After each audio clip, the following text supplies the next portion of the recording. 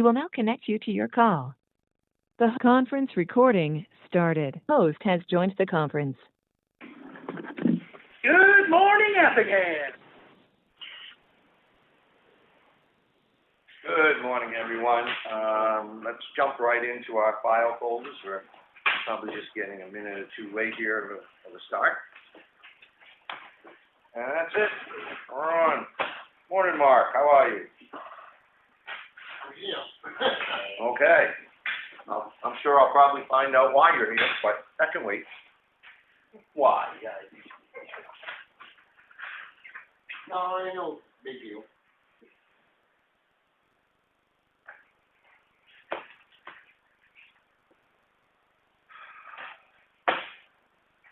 If you get out any more file folders, I'm going to need your time today, sir. I guess we have the MS 434 to work on. I printed up a draft copy so that we can play with it. Okay, I came in the other day, I saw the draft copy on your desk, I printed it up, ready to play.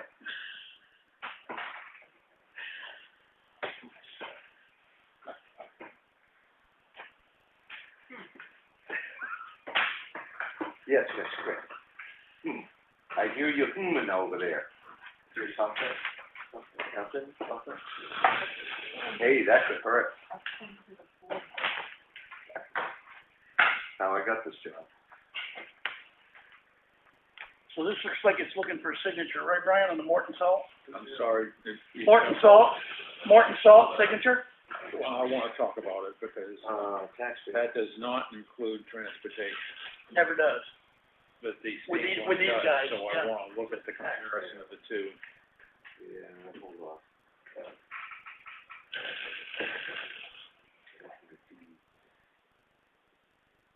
Well, we'll get some clarification. Do we know why we have two contracts with two different tonnage amounts? Because one is, and I want to discuss that too, one is delivered to the transfer station and the other is delivered to the salt shed. Got it. Okay. We don't deliver to the... No, they don't. Okay. That's why I want to discuss it. All right, okay.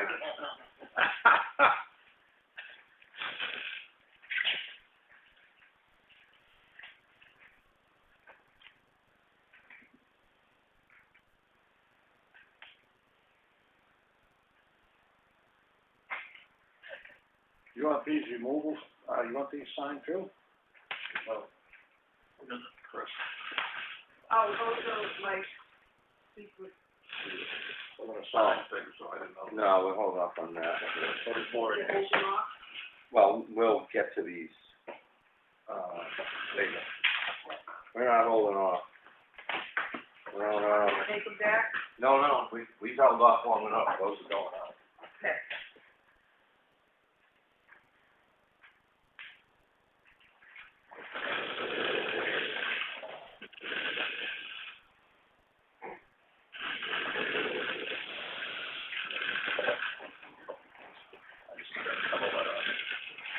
Yeah, that's, part of the package. It's Shell Corporation.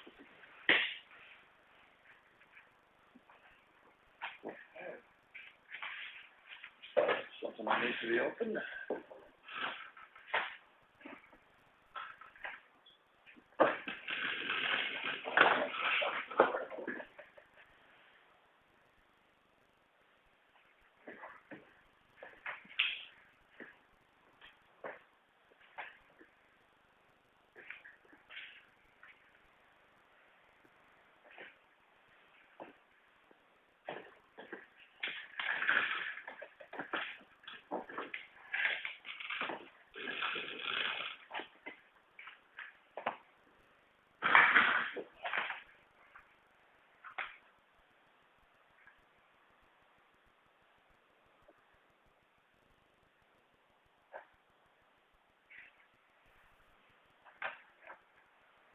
So Brian, even on this Granite State letter, it doesn't say that hauling's included.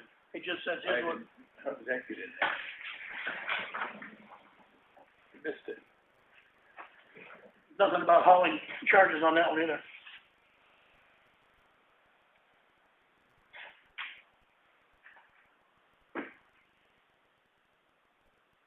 think that it's in there, I somehow or other missed this, Chuck.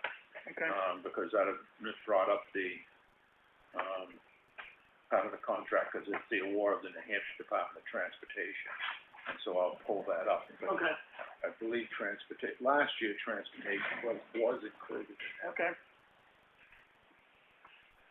So if it is, we just need to confirm it with the Morton one if it's in there.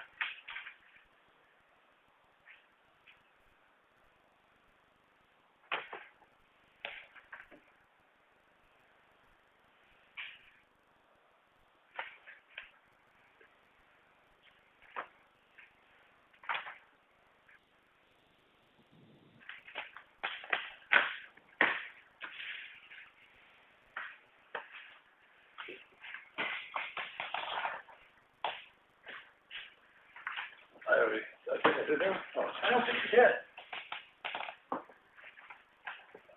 Oh, all right. One thing in there.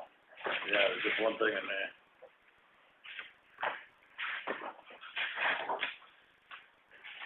You holding out, oh, okay. Not yet. Haven't got to it. I'm getting to it.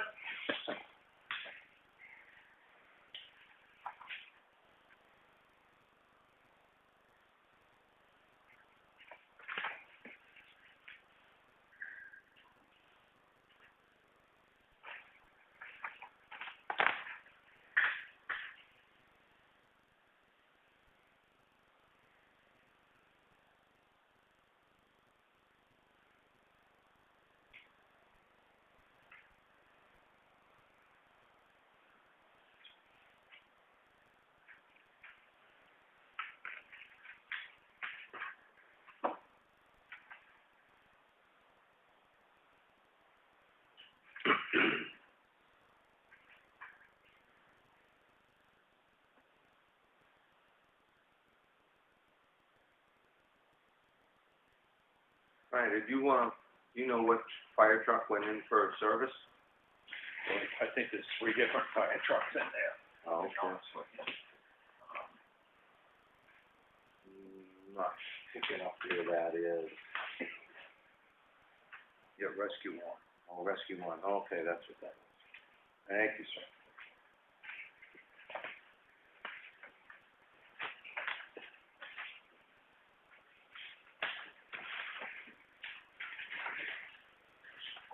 Those are the clean carpets for the floors.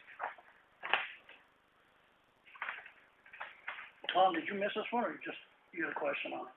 That's a Question I have. Perfect.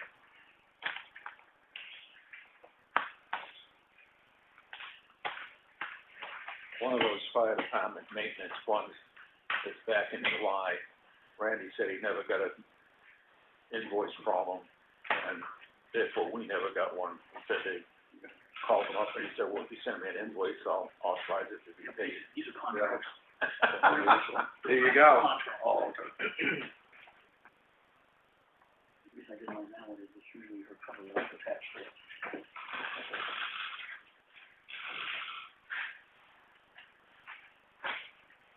Those are more returns on those, whatever they are, cards or Rack. Where did that term come from? I have no idea. Probably a technical term. I don't know.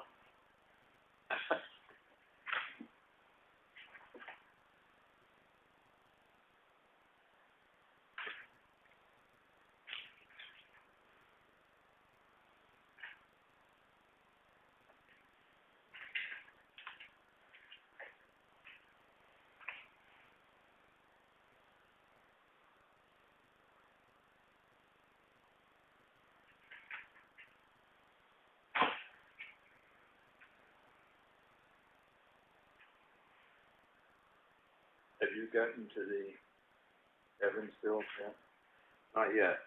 Okay, well, they're using a new software. I suspect it's easy for them, but makes entering by road much more labor intense here.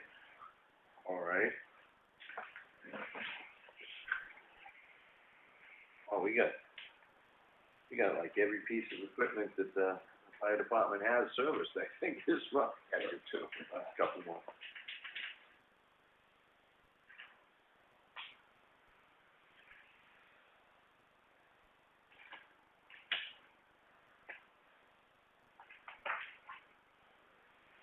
Okay, that's the grading breakdown.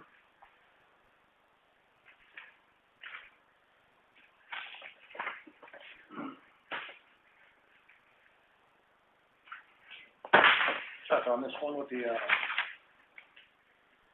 blow, Yeah, Do you know, does anybody know if we're gonna have that other one? I've been trading, that's on my notes for the update, I've been trading telephone calls with him since last week. Oh, okay. And he tried to call me last night in the middle of the budget meeting, so I couldn't take it down either, so. I don't know, maybe we need to notify this. I wanna talk about it this morning because I got it on my list also. All right, good deal.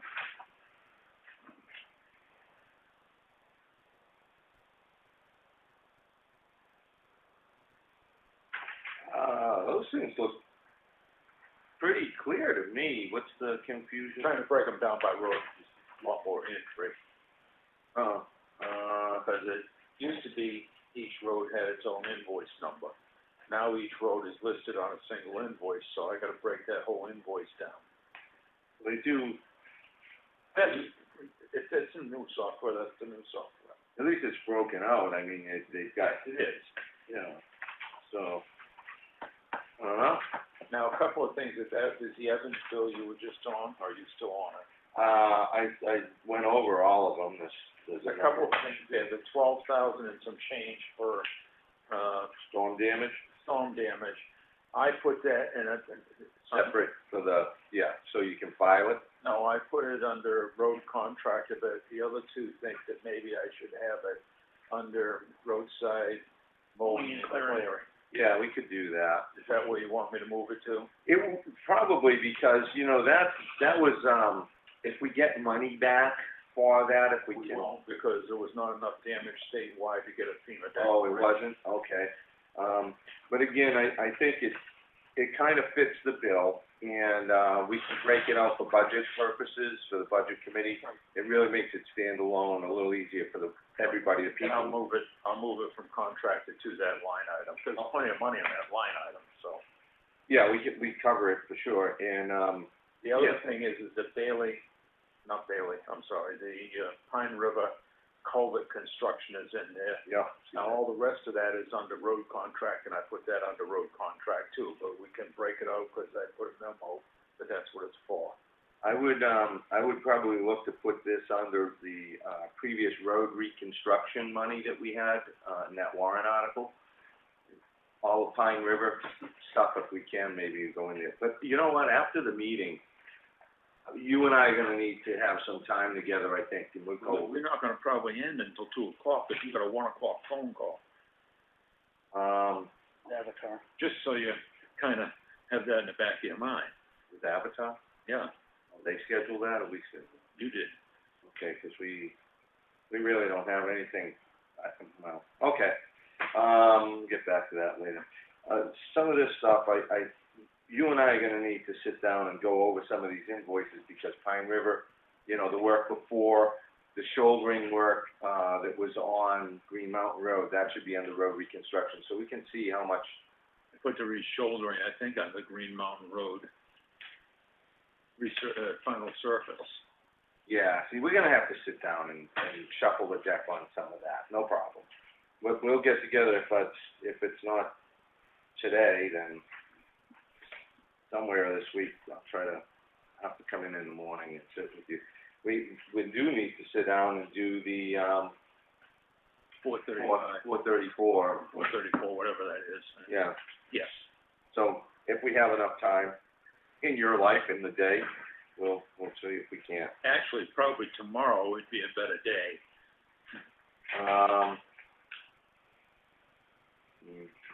See what we can do then.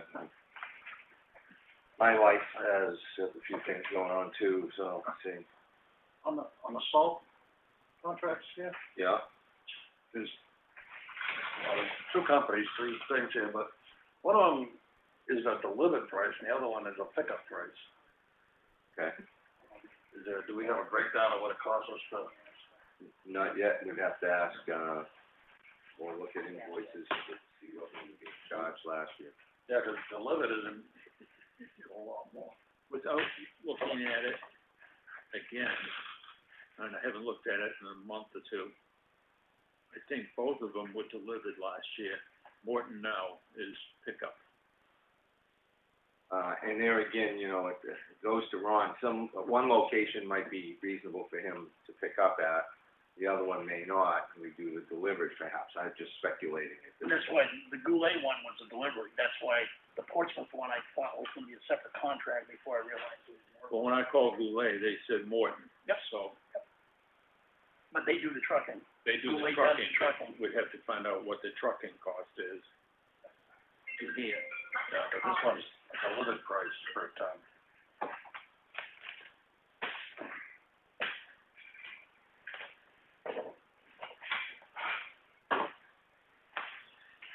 Brian, is the 1 o'clock confirmed with Avatar?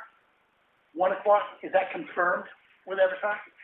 All I know is I was told to put a 1 o'clock conference call on, with the Avatar on the work session. I did. But did anybody call him? I don't know. I called them, and that's why I think we can kick that out, because they're not expecting us, because after a conversation with Lauren, who's the president over there, from what I got from that interaction, I think that it's probably unnecessary to Okay. call. And I can cover some of that, and you guys tell me Yep, that's good. where you come down on the issue. Okay. Sorry. It's been a little hectic these last 2.5 years. Can't imagine. Yes, you can, you're living it. The dream. Again, Now, if you look at on the last one you were looking at, that's last in that pile. yeah, Because if you look at the manifest, some of that comes out of monies that have already been withheld.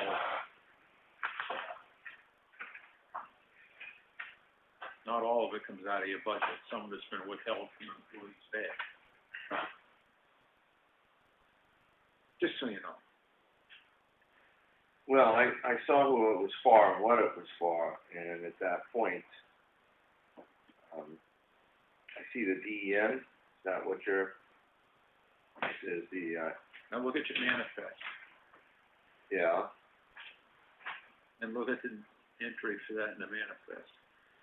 oh, on the other, which I have pulled out. Let's look at, so, I think it may be the very last one, Mike. Can't remember if it's done by the order I wrote them in, by check number, or if it's done alphabetically. It was $900, I wanna say $93 came out of the budget. The rest of it was, that doesn't sound right. Yeah, I think the rest of it was,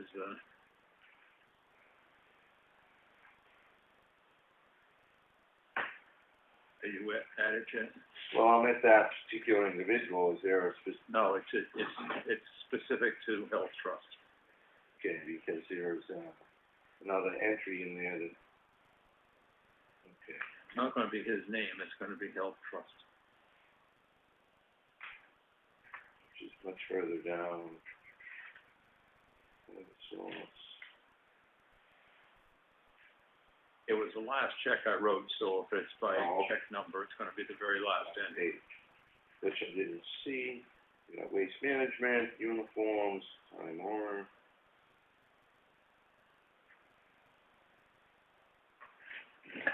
Not seeing health trust.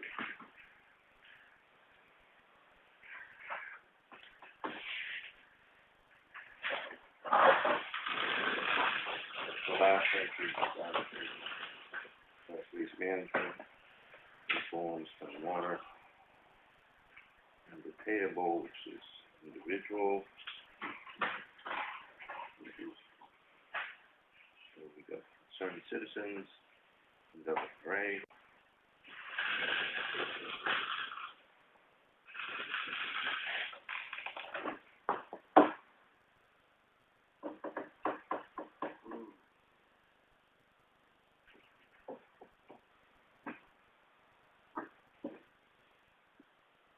It is in here, the manifest is wrong.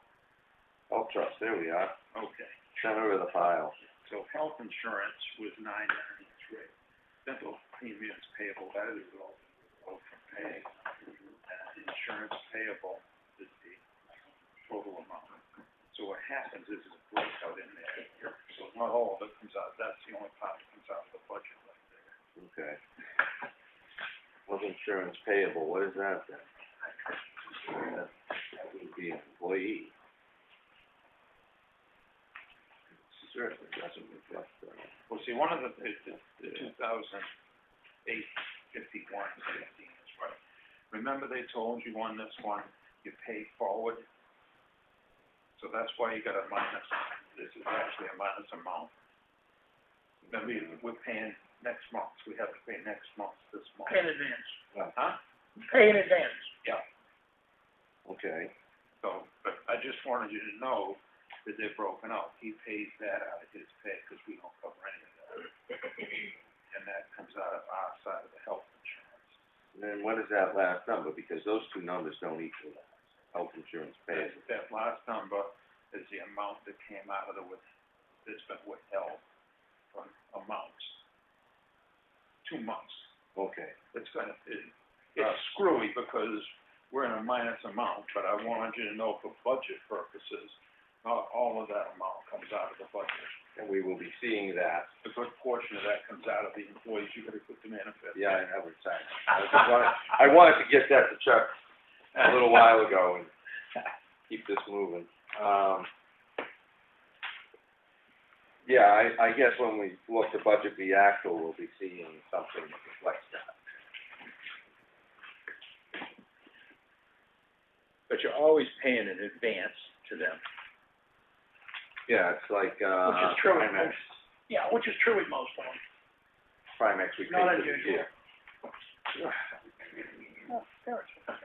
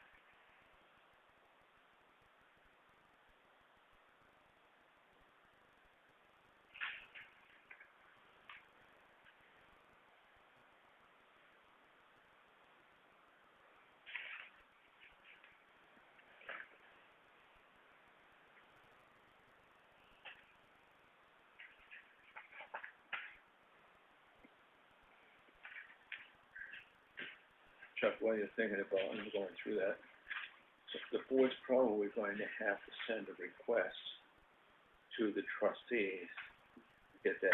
Yeah. Spending. Yep. Okay. Which trust is that? Library? Yeah, about the historic town hall. Okay, that has not happened yet. No, the transfer we got in from the state, Yeah. because of what it is, ends up in there. Oh, And, great. or MP rather, but the additional amount we needed, that 4,500 that we approved last year as the rollover in the warrant article 27. Yep.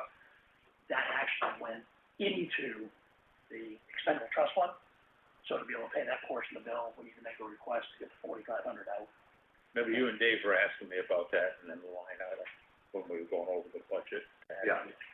Yeah, no, I knew some of those funds we were looking to move ahead of other funds because they were needed. Well, we got money in there, so it depends on when you wanna move it over, but.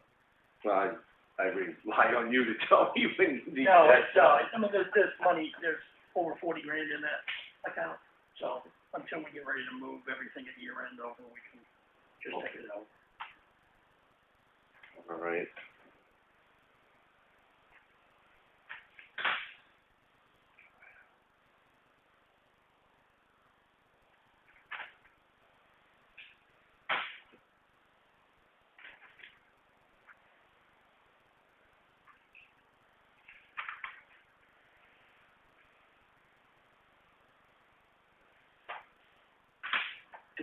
typically do all of the fire equipment work once a year? I mean, as far as that oil changes and, No, I think it goes in when they can, and Okay. maybe it was just an opportunity at the vendor's facility and probably time that the fire department had. I think they were more sporadic in the past. Actually, to get your fire rating and to comply with the fire rating requirements, it either is mileage or hours on the equipment that tick off the requirement for maintenance. when, okay. So everything just happened to come due. Yeah, and, you know, what they've been tracking in the past or what they're tracking now, I don't know, but if you look at it, the recommended maintenance is gonna either be by mileage if it's a vehicle, or by hours if it's a pump. Okay. Well, I have no doubt that, Chief Burbank has got it all. Oh, yeah, no, under I'm control. not worried about it, I thought it was interesting, it all came through at one shot. Yeah, Or right. most of it looks like it came through. That was my comment. It's like, wow, boy, it hit all at once.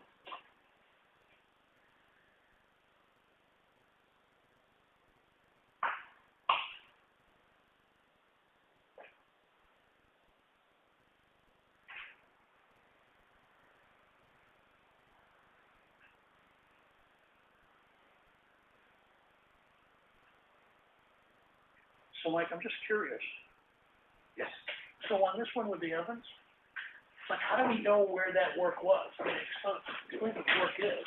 Okay, now, which one are we? This one here. Yeah, this one is for the big, this is all around the town storm damage. Yeah.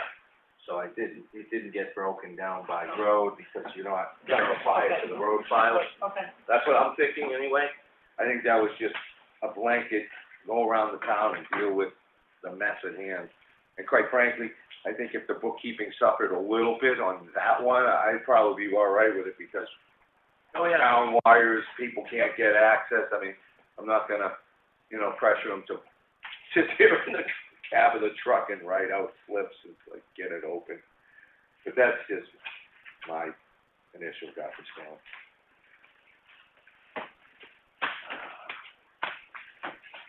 Tom, you're awful quiet. He's waiting for work. There you go, happy reading.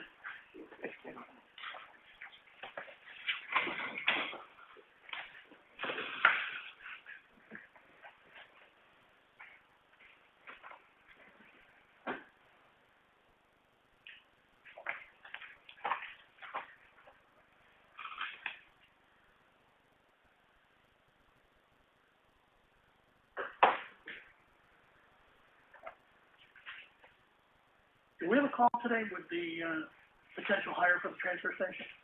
That was an 8 o'clock, should that person, elect to keep that appointment, and what I heard was he never called, so never showed up. Oh, I knew it then. Oh, is that what you were here? You might have mentioned that. But, so, did you say you were having an issue trying to get the dumpsters emptied before tomorrow because they're all full? I got on the phone with Waste Management, so, Okay, I got a few of them empty. okay, we're getting tight, okay. Cause right now, it's, on the glass, it's 7 and 10 is all full. That's everything. Okay, Well, let me get, I got the contractor, they want me to get that out of here. I wanna go get rid of it and go home. No, I just thought the kid was gonna come in today, and I just wanted to. obviously not now. Thank you. Well, I had 2 girls. Take the application. Did anybody turn anything? No? We only have one. Not yet. Let's hope, we'll get some gender equity down there. Somebody to put you in your place, just like being home. I can have a woman. Yeah, well, we were very interested in seeking female applicants, for the transfer station, so we'll see. When they come in and start screaming at you and calling you. I don't know what to say. Okay, let me go and take care of that. Bye, Mark. Thank you. See you, Mark. Like I said earlier, I moved up all the, compactors and got them all morning. All the rims all done. Good. Took it for a while. I'll go and take care of it later. Guess I'm gonna wanna grab a copy of this later for budget committee, you know. Might wanna make a copy of that for Chuck too. Yeah, probably wouldn't need it. It'll help explain the, The waste management increase. yeah. It's a standard contractual 2.5%. But it means that line item is likely to go up in cost next year just due to the contract.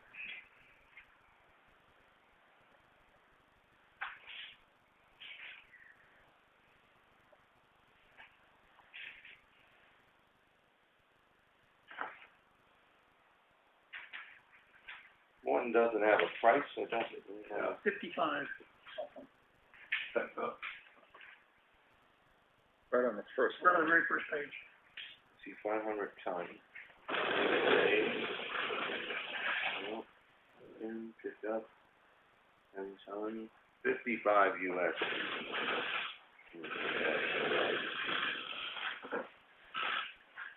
We have two of these. And how much typically comes on a tractor trailer when I bring it up? 1 ton. I don't know how much they're hauling tonnage wise enough. I think most of them are registered for 98,000. Yeah. Yeah. Yeah. Thank you.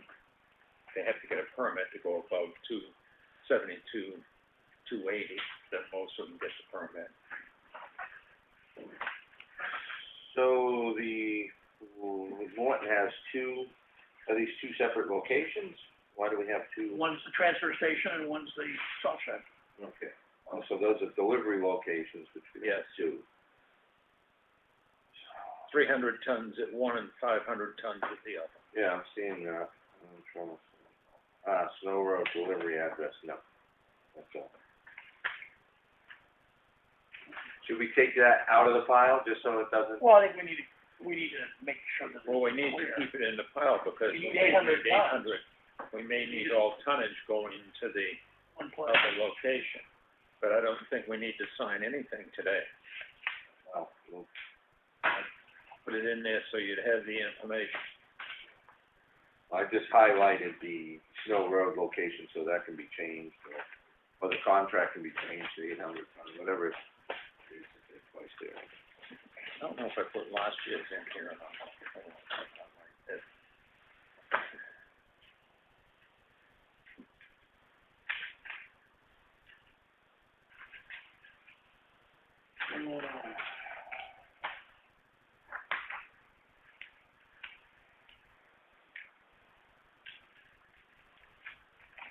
So, as I'm into this, correspondence from Health Trust, I'll just touch on this real quick, because it's an item for me.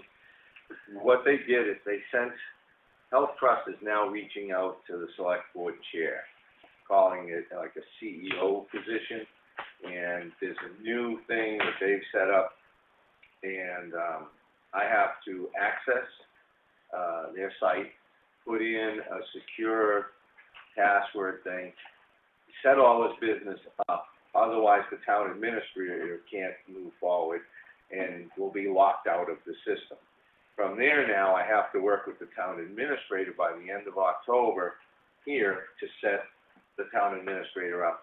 And that password that I now have to keep, which we never had to do before, anybody, it gets cleaned out and re-entered every 90 days. You gotta come up with a new one.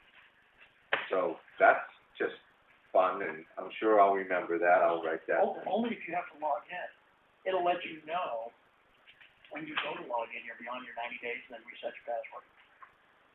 But I don't know how that's gonna, the problem is that the town administrator may get kicked out until I do that, so it's just gonna be another layer of a headache to kind of process everything. Okay. So I just figured I'd let you know, because Yep. this is part of what that is all about.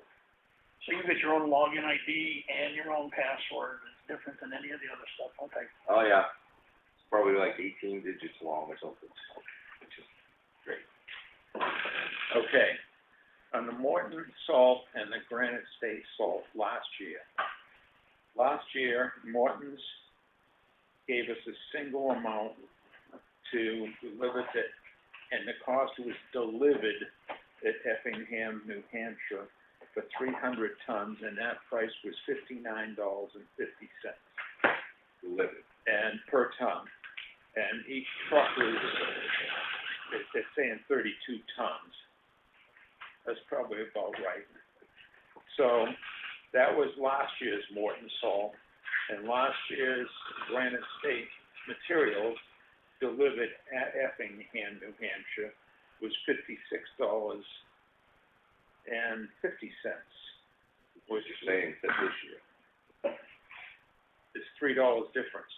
Morton one went down, Granite State stayed the same, right? Yeah, but What what down for? with delivery charges included, what he just said, right? Yeah, Morton salt was based on delivered at Effingham, New Hampshire last year. But the way they sent us that document today, we don't know whether it's delivered or not. No, It's not delivered. Not delivered? Yes, that's Not delivered. Okay.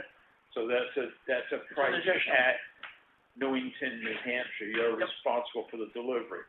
The state one with Granite State Minerals includes delivery at Effingham, New Hampshire, and it did both years. Okay. And I don't know where they got the 500 tons. Last year, Morton Salt was at 300 tons, and What was it Granite, just says delivered at Effingham, New Hampshire. what was Granite State last year tonnage? Granite State was $56.50, which is $3 less than Morton. Now this No, year, how many tons? They didn't specify. They didn't say? specify. Oh, okay. So my question then would be, what is Morton's delivered price this year? I don't know. Well, that's, Yeah, yeah, no. it's about $100 to get it up here, a little over 100. But after we had this last discussion, I called my brother, and he used to haul for those guys. And I said, and he hauled all over the state. So I asked him, I said, roughly when you did it, what was it? And he said up in this neck of the woods, it would have been a little over $100. Well, I guess That'll make a difference in the price. right, so I guess that would be the question to follow up on, Brian, is what is the delivered price if Granite State Materials or Minerals is doing this price delivered, what is the competition's price? Do you have them in front of you still, or? Yes, I do. I don't have this year's, a copy of it. Sure. What's this year's Morton salt price, not delivered? It says 55. And what is Granite State's? There's, appears to be 56.50 delivered as well. Same as the last year, so, Exactly the same, yeah. okay, thank you. I'm sorry to, No, that's, No, and using what Brian just said for last year's price for Morton, that works out to just a little over 120 plus for a hauling charge. So that, the 55 would add $3 or $4 to it, which is back up to the 59. So it would be roughly 59 like it was last year. okay, so, Granite State's cheaper. so, yeah, if you were hauling 15 ton, let's say, $4, you're saying a ton added would be Well, the $60. trailer would end up being 32 ton. 32? No, that's not right. 32. Is what Morton gave last, 32 tons, is what they said a trailer's weight was in there. so that's more. Last year's, I'm just looking at last year's. Well, again, if you get that number, we'll have apples to apples, I guess, so we'll dig into that. Last year, they said, standard unlimited is 32 tons on the delivery.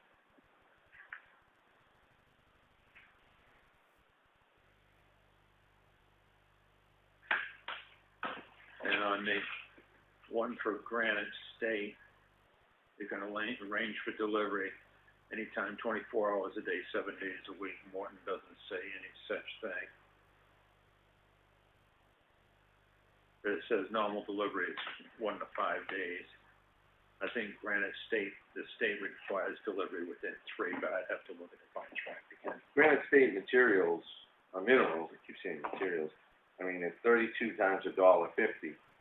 You know, you're at $48, so that's the change in the delivery price, from Morton's. I mean, if Morton's isn't delivering for $48, then Granite State's No, cheaper. I'm willing to, oh yeah, Granite State's cheaper, just based on the way that's worded.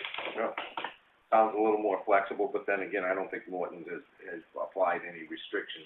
Anything that's been on the other companies, I don't think it's any different than Morton's. It's just spelled And out. it's good to have both of them signed, Oh, yeah, because one may if run out. If one runs out, they're waiting for the ship, and something happens, we've got the other one to Yeah. fall back on. Absolutely. And they are predicting a shortage this year.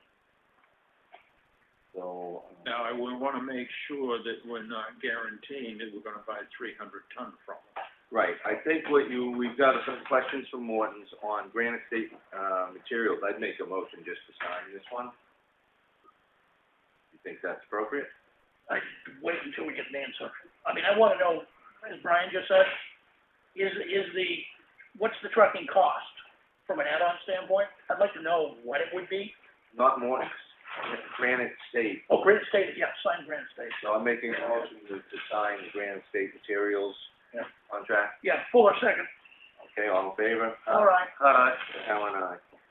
Okay, so that one we'll have in the bag, and then we'll just get a little more clarification on the Morton one, and I have no doubt we'll be signing that as well. So, following up on the boiler, there's, an item in here for the boiler inspections. Do you have any update on this one, Brian, for us? No, alls I know is I got the letter the last,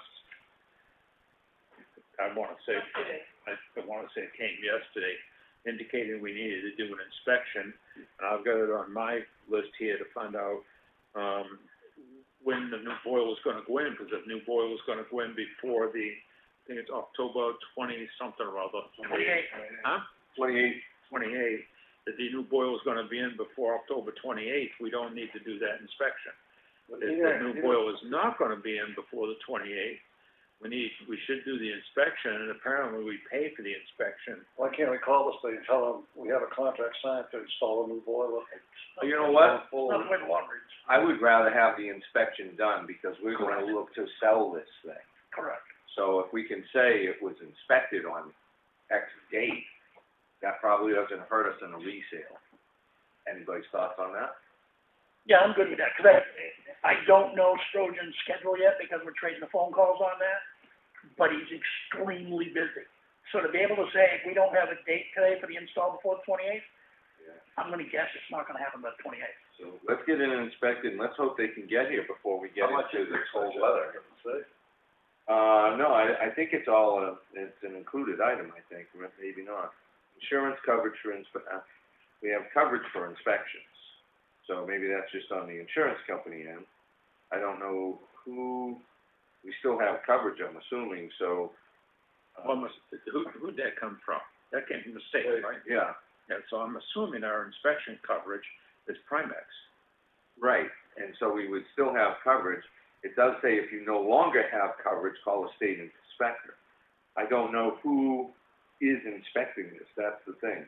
They have an inspection division, which is the same number as the state inspector. We call Does the Primex- fire department inspect this, or? I think state boiler inspection inspected. Okay.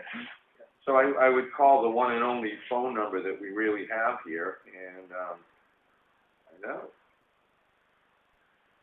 Give him a call and ask.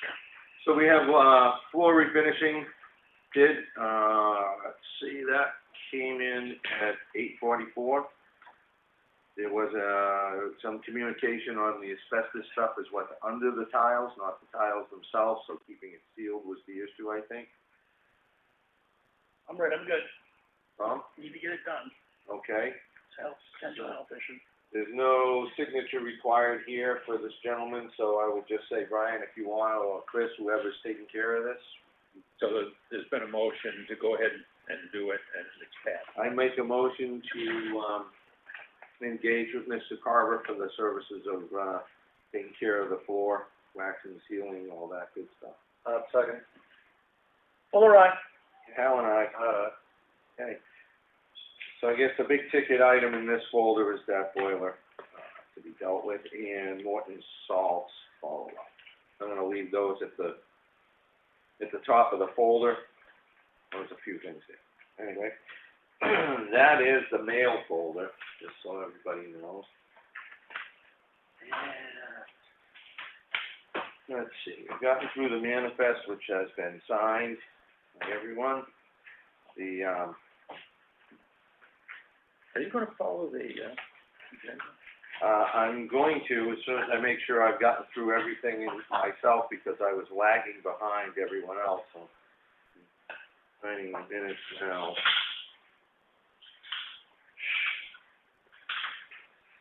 Yeah.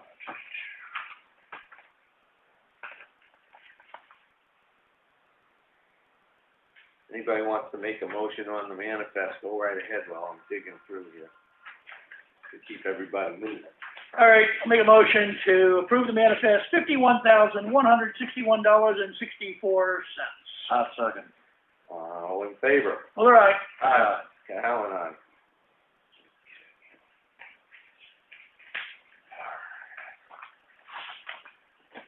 Action.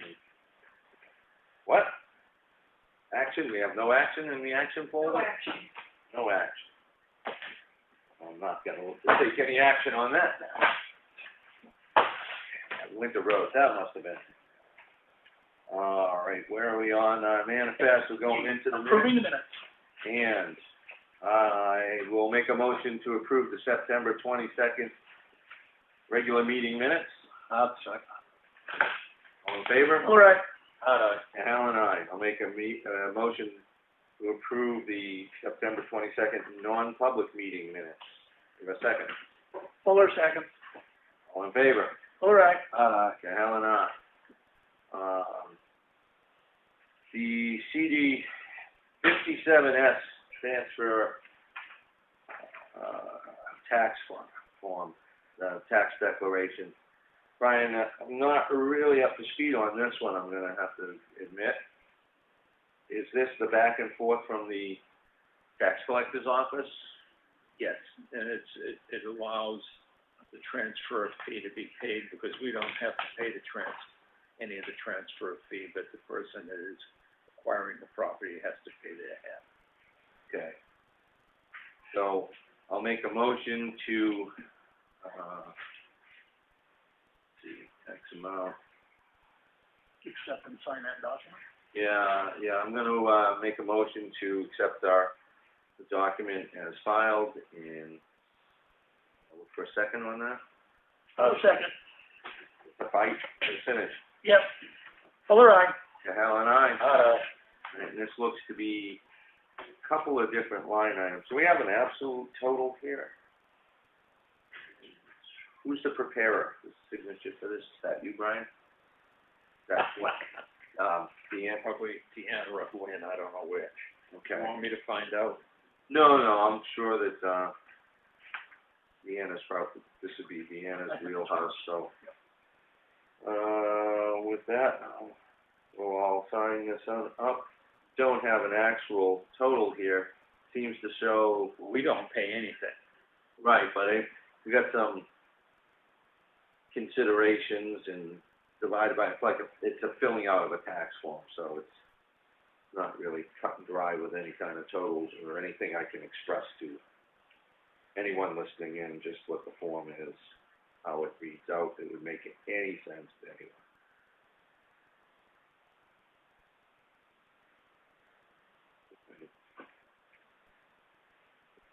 Today's date is the 29th.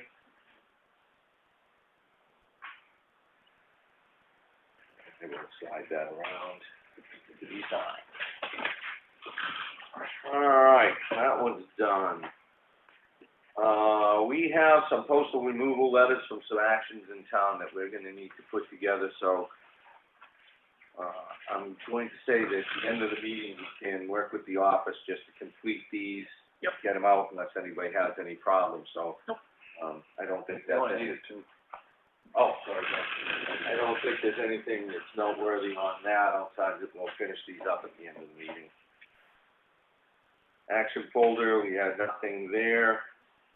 Today, we had a review of the mail, which the zoning officer's report is in there. The Morton salt and granite, state material salt bids are in there. Waste management annual increase in cost, which is a contract item that's built right into the contract, is in the folder. Which is 2.5%. Correct, 2.5% across the board. Boiler inspection letter, which we have discussed. The floor refurbishing we've discussed. And health trust, which has been discussed. So we have the administrator's comments, and by the look of this list, I'm gonna leave the room and come back in about an hour and get a summary. Go ahead, Brian, sorry, go for it. Consolidated did a, meeting last Wednesday, as I indicated they were going to. It was kind of an interesting meeting. They have, more area engineers than I can keep track of. This was the outside engineer, to engineer getting it from the pole to the side of the building. This is the guy we've been waiting for. No, we're waiting for the inside engineer. I thought the outside was the It problem. was a her. Well, this is the gal we've been waiting for. What's interesting, and I showed it to Tom, is at some point in time, they must have replaced a pole out there. And so the phone line then comes down off the pole and lays across the grass and goes into the bushes. Yeah, I'm pretty familiar with this mess.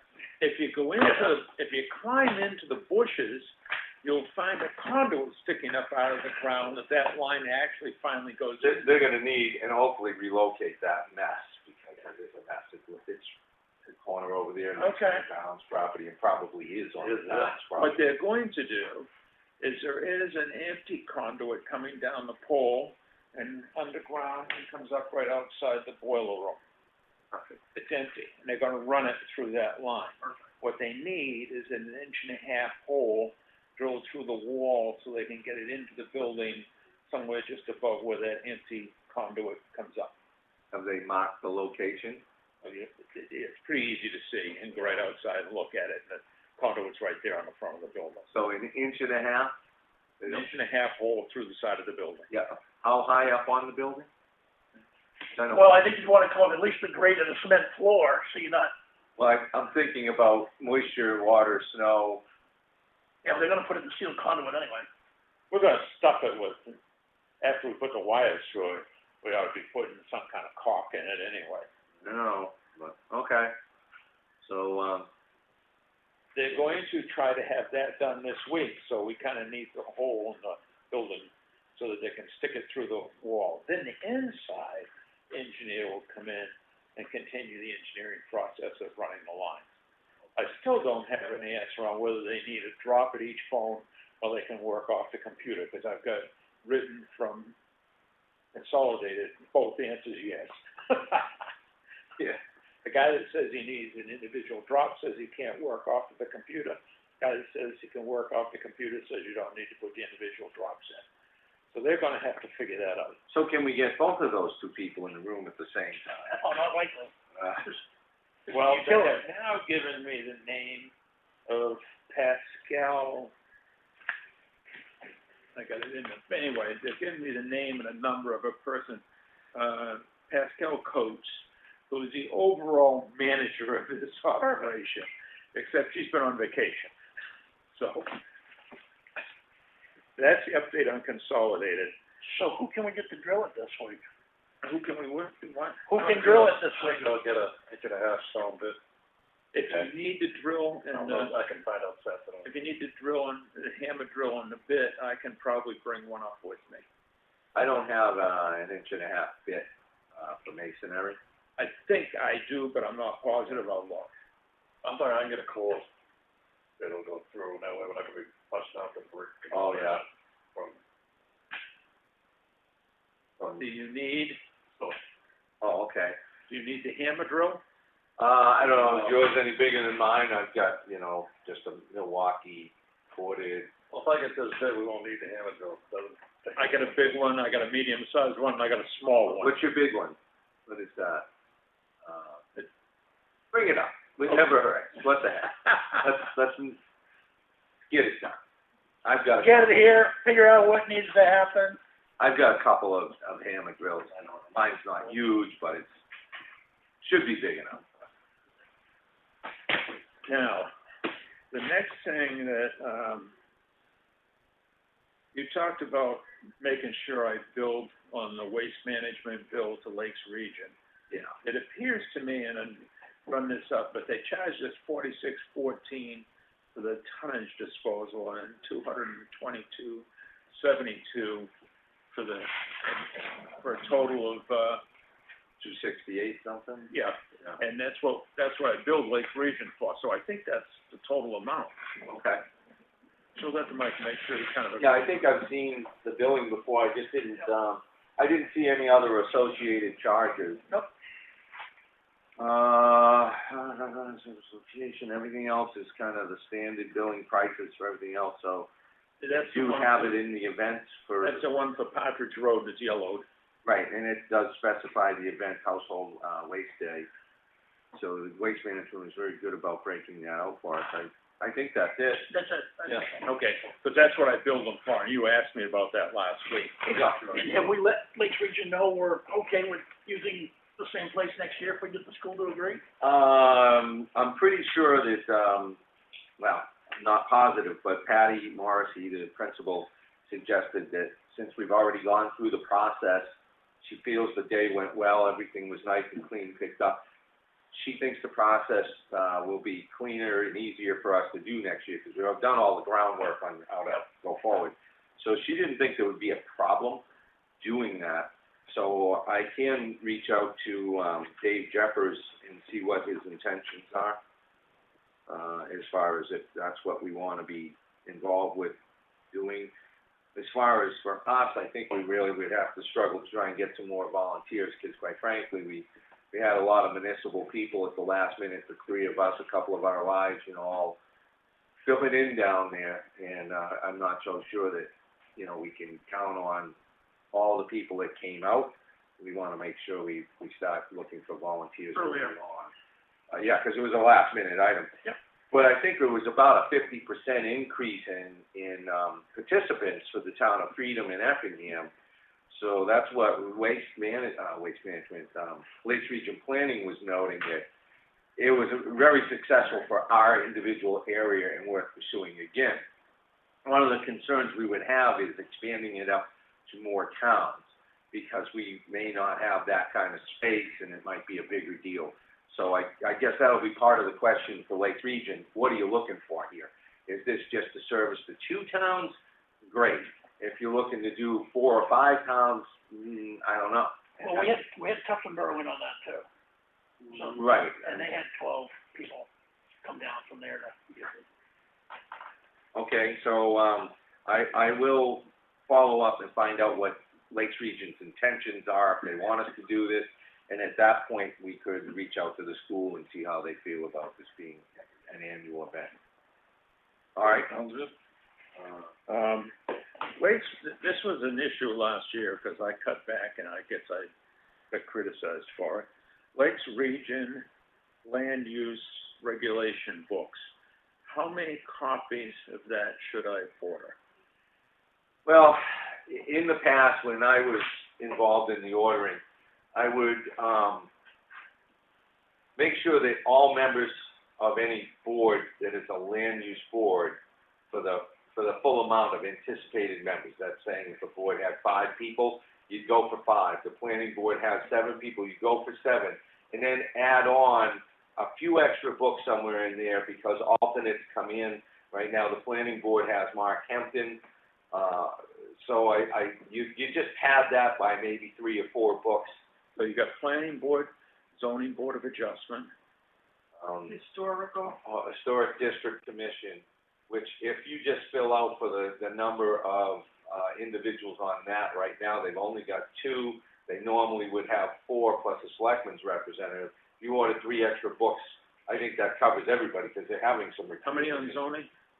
5 on zoning, 7 on planning. That's before you. Or anything else? Uh, Selectmen 3. Well, the selectmen don't get them, only when we participate on the boards. Yeah, Becca Boyden gets one. Yeah, so unless there's another board, the Conservation Commission, I don't know that if they typically, She does get one, but I think she sacrificed hers last year. so I would add one more for the Conservation Commission, and I think that rounds out the Land Use Board. Christmas and zoning too, Becca Boyden. Becca? Okay, all right. So that's 7, 12, 13, 14, 15, 16. So that's 19. There you go. And we usually order one with the CD, at least it used, if it's still a CD, technology changes. One to come with the CD, that's a master copy, so that we can put that into a computer file and, work off it if necessary. Okay. My next thing was the health trust. You need to sign up so we can keep getting stuff.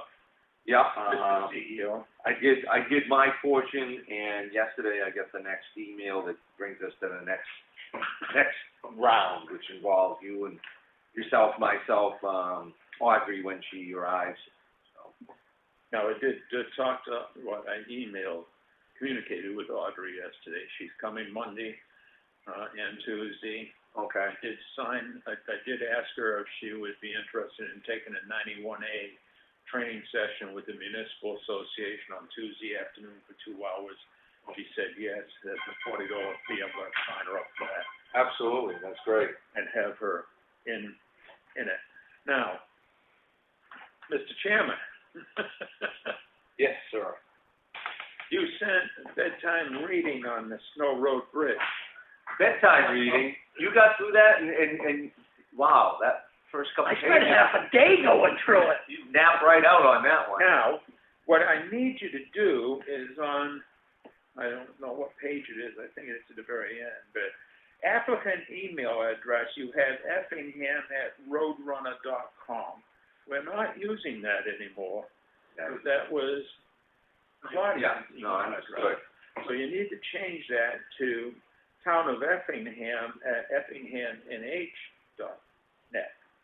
Okay.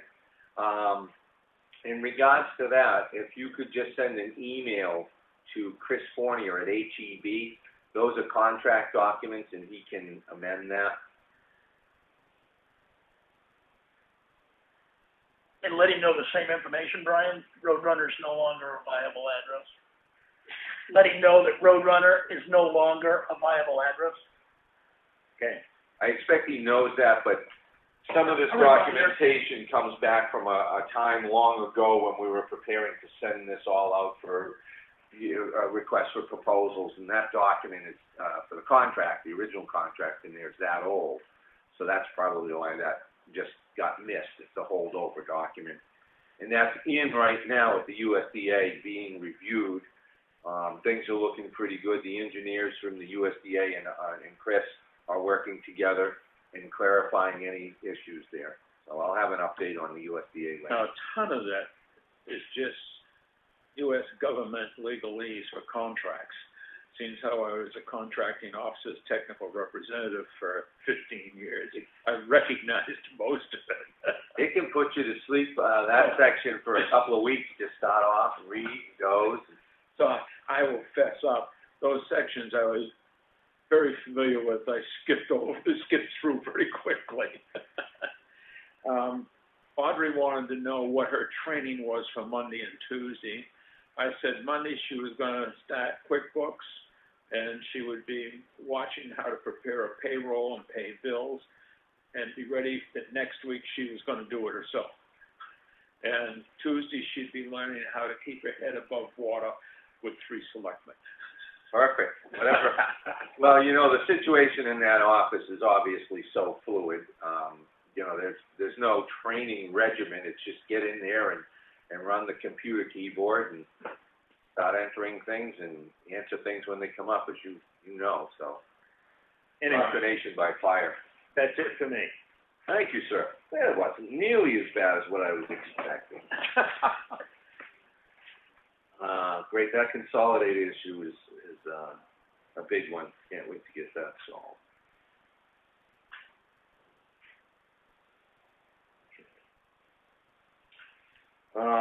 See, with that, I guess we'll go over to Mr. Hart. Do you have anything for us this week? Just a couple, yeah, I've been dealing with some medical things, no, not COVID, just old age stuff. So I didn't get a whole lot last week. You're only 35. Thanks, Chuck. The vet didn't put him down though, so that's good. Maybe next week. The driveway I brought up last week at 10, on Green Mountain Road, it's all been done, looks great. I drove, looked at the other driveways out there too Sunday, then I had to get out of the house, and they all look great. It was a real good job Evans Brothers did on those ends of the driveways. The other thing is, fire department, I mentioned this last week, Randy put this in my mailbox. The fire department open house, Saturday, October 10th, 9 a.m. to 2 p.m. There'll be an auto extrication demonstration at 10 a.m. and at 1 p.m. There's a free lunch at 11 a.m. to 1 p.m. hot dogs and hamburgers. There'll be hands-on fire extinguisher training and fire prevention handout for the kids. Sounds like a good day. Got nothing going on the 10th of October. So what is the extrication portion of that? They're using the jaws of life to cut up. There is a crushed car down there right now, that's like a rollover. I think they're gonna tear it apart with the jaws of life. Yeah. Okay. That's something to see. I saw it last time. It's really good to, you know, if you got nothing going on Saturday, head down. Worth it. I'll try to get there. I always have something going on though. Free lunch too. I know, huh? I'll just drive in for that. Not exactly the spirit pleasure. All right, John. Can I just jump in for a You can. second before you start? October 12th is a holiday, that's a Monday. Yeah, you can work. We need you to move, I'm not gonna, we need you to move the Selectmen's meeting to the 14th, which is Wednesday morning. Oh. Otherwise, you can't have a manifest on Tuesday and nobody will get paid. Well, that's just salvage to your calendar here. Good.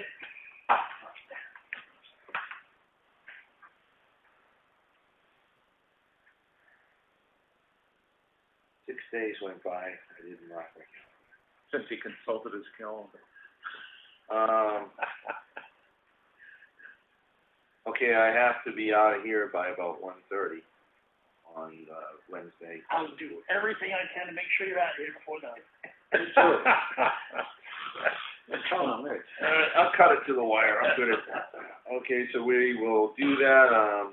Let's put our selectmen's meeting on the October, let's see, Tuesday, October 13th. We'll move that to the 14th. It's the same time, same channel. Everybody's good with that? Work, following? Okay. Sure. All right. We got some budget stuff we got to You'll talk about. post that, Christine? Okay. Thank you, Mr. Paul. You're quite welcome. With the zoning officer weekly report, I'm happy to see that we sent out letters on the junkyards in town, so, hopefully we'll get some responses within the required 2-week notification that was built into that. Is there a copy of that in the office, those letters at all? I do not know. I don't know. I think she had sent out some generic items, and then they might have gotten individualized. Actually, they're pretty sure they did. So we have one. Yeah, we get that to you if you don't. Well, it might be a good idea, so we know what it says when people start making phone calls. Yeah, I think she might have sent it to the office, actually. No, I think I did it. You got it? Okay, I got one here if you need it. Thanks. Good. And we covered this a little bit this morning, but Mark was telling me that the compactors and dumpsters are pretty much, a couple of them are full on the dumpster side, and they're into the overflow dumpsters. And as of his arrival this morning, Waste Management still hasn't showed up this week to collect any of them and change them out. So, that's a little, this is the second time in a month that he's called in to get timely pickup, and they're showing up late, days late. It was supposed to come yesterday. I will call our rep when we have some downtime today, and so that's second time in a month. Yep.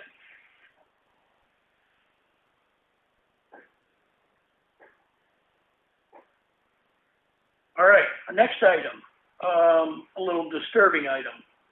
This weekend in the social media world on Effingham, New Hampshire Connect Facebook, there was some comments made in a written format which could be considered criminal threatening against employees of the town office, and also could be interpreted as to destruction of town-owned property. This kind of stuff won't be tolerated. The incident was reported to the Effingham Police Department, and all I can say is, if people are going to continue to do this, please use Facebook, because it gives your full name, and it's easier to follow up in an investigation. Next item, the Effingham Preservation Society last week did a bake sale. Their third one, they raised over $800 gross in that, with those proceeds being matched dollar for dollar through a challenge match, and providing we get the notification in a few weeks on the LCHIP grant, it actually could be doubled again. So $800 could ultimately be $3,200 for use with the historic town hall project. Just a touch on that, and the baked goods will be a test. Okay, it's interesting with the third one, as you watch the activity over the 4 days or 5 days, people are now getting to the point, because it's online, they're waiting to the last hour to go in and bid all kinds of stuff up. So you'll actually just watch stuff go and bid until somebody decides they don't want to go any further. So, which is good. So It's a vicious. and the food is good. I will attest to. Unfortunately, Lori Dunn's cinnamon buns Oh, yeah.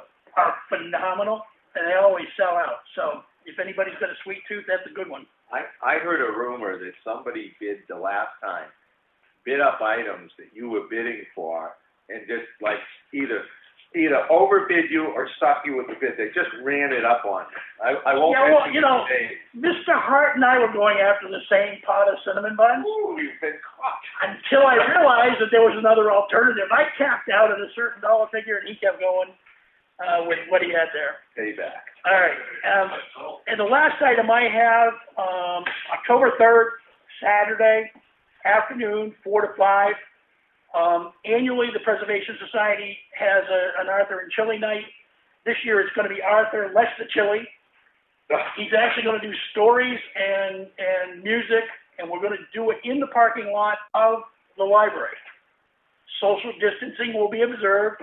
Pre-registration's required, and the rain date is Sunday, same time, 4 to 5. All the donations that come in from that will go to the historic town hall project. You can. Required to bring their own chairs, or the tailgating, or? They can do tailgating. If you pre-register, there's going to be a set of people that actually can be there. If they've got a pickup truck, they can sit right on the gate. We're going to place 7 or 8 of those.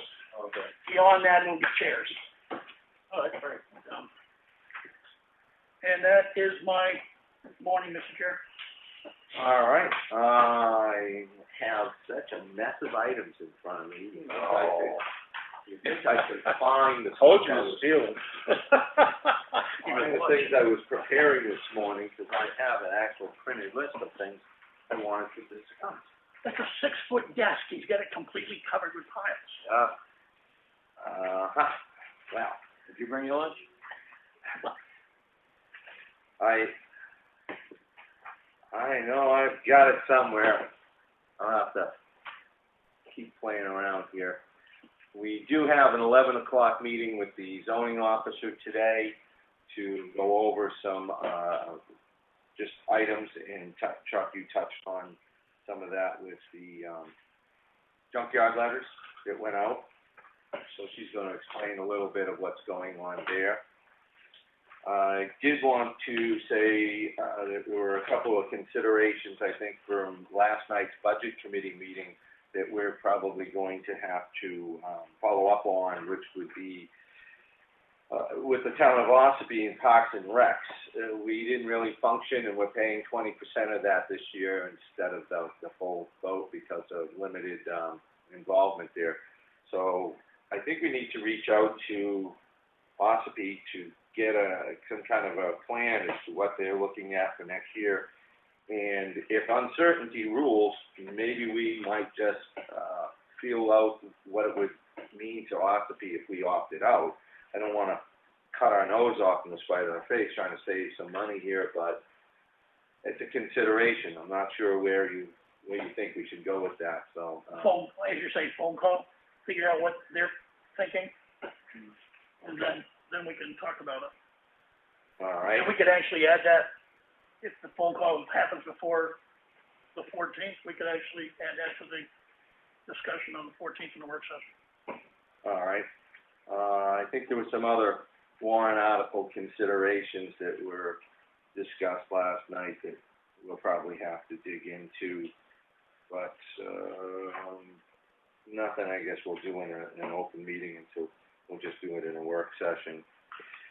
So, Brian, I do have a request in from the USDA on trying to explain our balance sheet as of March 31st that we printed out off of QuickBooks, because one of the things with the sweep account was listing over $3 million, about $3.25 million in there, and it had an opening balance in there, or retained earnings at almost $4 million. I assured USDA that the town of Effingham Did not have that much. Didn't have half of that money.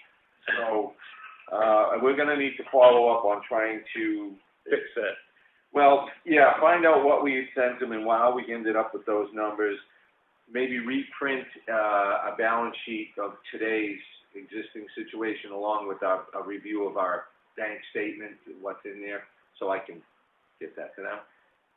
I know how it happened. I don't know how to fix it. Ah!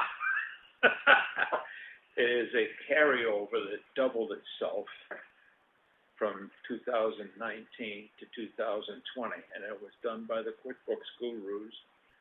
And I thought I figured out how to fix it, but when I did, it changed some other stuff elsewhere that I didn't want changed. So I'm still gonna have to figure out how to fix it, and probably gonna try talking to Miss Anthony, although she wasn't too sure how to fix some of those things the last time I talked with her, so I've gotta figure that out. Okay, so, The problem is a carryover, they carried over on, that was put into the carryover by the gurus, and I don't know how to get rid of it without screwing up something else. how big was the 2019 carryover? What was the? I wanna say, and I don't have the exact figure, but I think it's like $1.7 million. All right, so how did we, I just gotta probe this one a little. How did we have a carryover for $1.7 million? Like, where did that come from? We were unlikely to have $1.7 million. I think it happened because we were collecting taxes in December. Yeah, And they put it on the books, but I didn't add the tax income until Deanna gave me the deposit slips in 2020 books, and that doubled it. I think that's how it happened. okay. So, our printout, we may not be able to clarify that even today. Like, if we did a balance sheet printout now, what would we likely see? Same kind of numbers if you printed it today? I believe so. Okay. What I can do is I can reconcile the accounts, but I have that amount of money that was carried over that I can't reconcile because it was back in 2019. And I thought I could just eliminate it because it was reconciled in 2019. But that changes some stuff in some other locations that we don't want changed.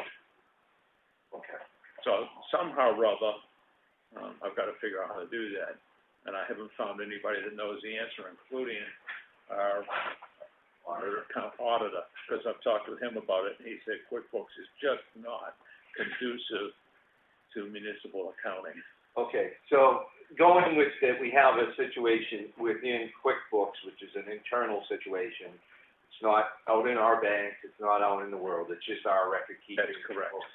So. Paper accounting. Paper, yeah. So given that we did some updates and we made changes and we've got this glitch in there, I think I can work with that with the USDA. The next step would be able to, we need to provide them with some other, I'm going to assume we're gonna need to provide them with some other information. Now, they had our 3 years of audit. That should be helpful to them.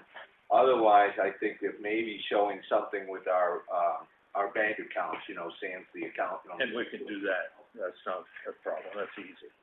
Okay, because I will be speaking with Heather Malone at the USDA today to follow up on this email. Because she had about 3 or 4 questions, and outside of the balance sheet, all of them are pretty easy. Oh, sorry, Mr. Oh, that's good. Do we have a date when the auditor's actually coming in? That's on my question. The answer to that is no. Okay. I've talked with the auditor. He had me send him a whole lot of information. He said once he got through that, he would call back and set up a date. Okay. Okay, so that's... I did tell you that some of the problem was ours. I thought we had a contract and I was waiting for him to call us. And we don't have a contract with the auditor. We hire him year by year. And when I called him, he said, I'm just waiting for you. How do you contract? Well, it's an annual, there's no big thing there. I don't know if you want to have a multi-year contract because then you get into town meetings. We can do an annual contract, but what it does is it gives us a date, and it gives them a date. Yeah, and now... We want to set a calendar item so we don't... Well, we usually have something done before June with them. It's been an acknowledged, time frame and stuff. So that's my past experience is usually something's in the works. I didn't know whether they talked to us, we talked to them. So this one just kind of slid under the table here because of the change in the position, Brian, to Claudia. Claudia's been dealing with this decades, Not decades, because you used to do your own internal audit. Oh, is that right? Yes, we've only had Green maybe 3 or 4 years. Oh, wait a second. Now, when did, we were doing internal audits? You elected auditors. Yeah. To do the audit. We used to have language in there that was for auditors, I thought. It was, when the town was broken, town meeting, 2000's town meeting, I guess that would have been 2001 maybe. The minutes of the meeting basically showed in the treasurer's report that the town was broke. We had $5,000 listed there. And then it was a warrant article asking if we were going to accept the auditors and everything else. That would have been an internal audit. The town did not accept it at that time. And then I believe the secretary stated in the minutes, that would have been Melissa Ferlin, now Siemens. Anyway, I think she alluded to an April audit coming. Best of my recollection, I have never found any, nobody's told me that audit ever took place, and I reached out to some of the selectmen that I could talk to that day. So after that, I'm a little fuzzy. I don't believe the audit took place.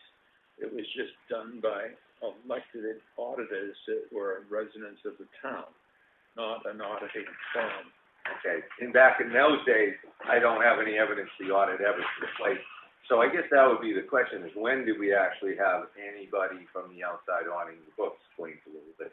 I'll go back and look it up. Well, you've got bigger things to do. We're moving forward now, but it's a point of interest. I'm thinking the contract, no matter who's sitting in these chairs, by having to address it annually.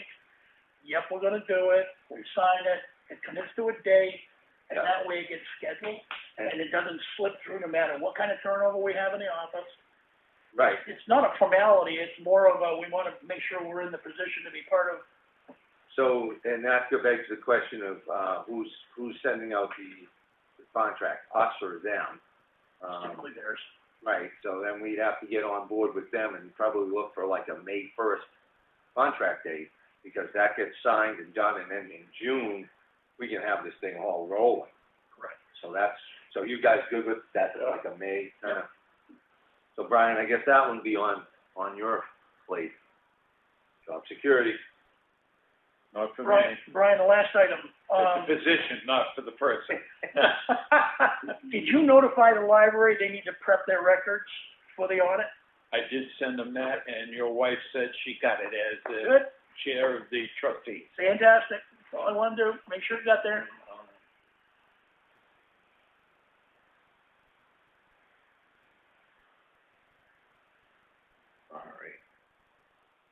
All right, so, yeah, we kind of got the answer. The big question on the USDA request, the other thing they were looking for was some explanation on a warrant article, which I'll undertake.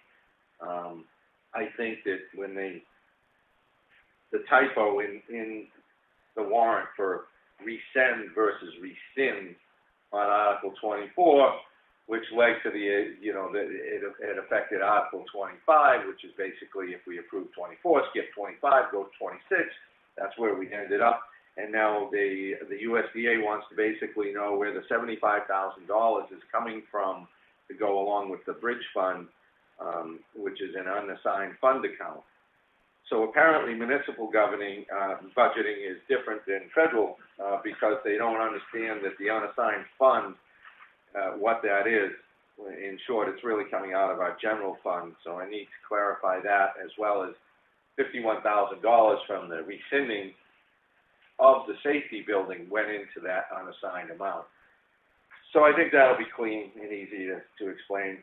But the audit for 2019 is going to be problematic. So we'll figure out if those hurdles can be jumped over. And with that, we're there. The conversation, if we can clear this up today, we're ready for approval. They'll award us the grant for 55% of our bridge project, up to $250,000. The contract that you were talking about for the bridge that we had already put out, and all that's been done, Brian, that is actually a negotiating part even after the award. But I think that the two engineers, ours and the USDA, have been cleaning up any language issues. So we're right there. I've been in touch with the bridge builder, who seems to still be on board with moving forward. And as soon as this does get awarded, we get that contract approved, we sign it, everybody signs it, and then we give the bridge builder a deposit to be amounts to be determined. And they'll prefabricate all the bridge parts through the winter, and we'd be on our contract, weather permitting, April 1st start date.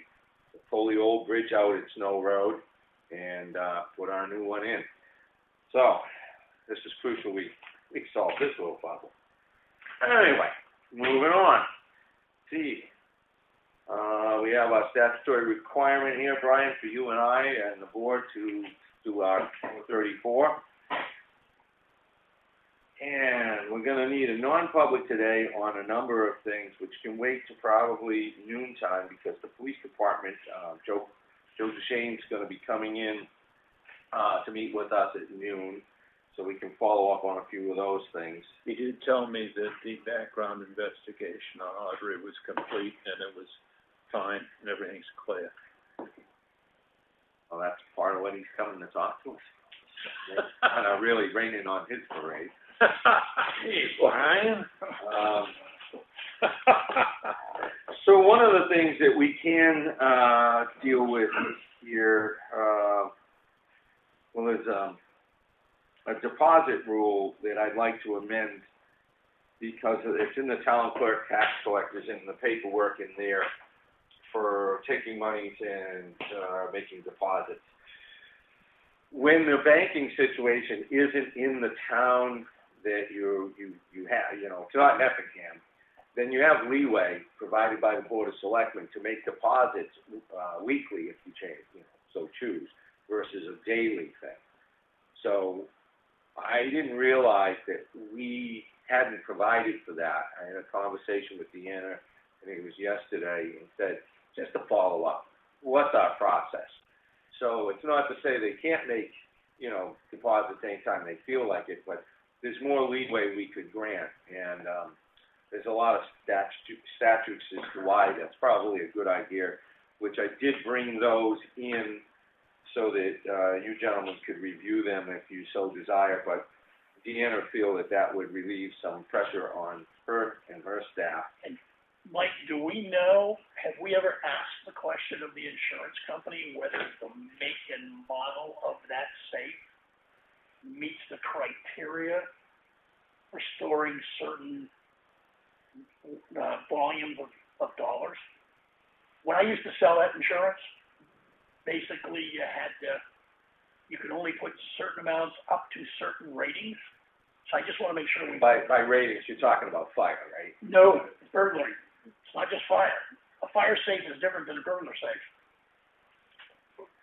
But we actually have a safe. Yeah, no, we have a safe. I don't think that discussion has happened, so that's an aside on this whole issue. So certainly, if you would like to pursue that, Yeah, I will. Great. And quite frankly, we've got a safe. Well, we do have We a would just pretty. need to change the lock on it. We already know the price to change the lock on it. Yeah, So. and I would, and that would be great, because we could put that to use, and I would like to do that, because that safe is pretty substantial.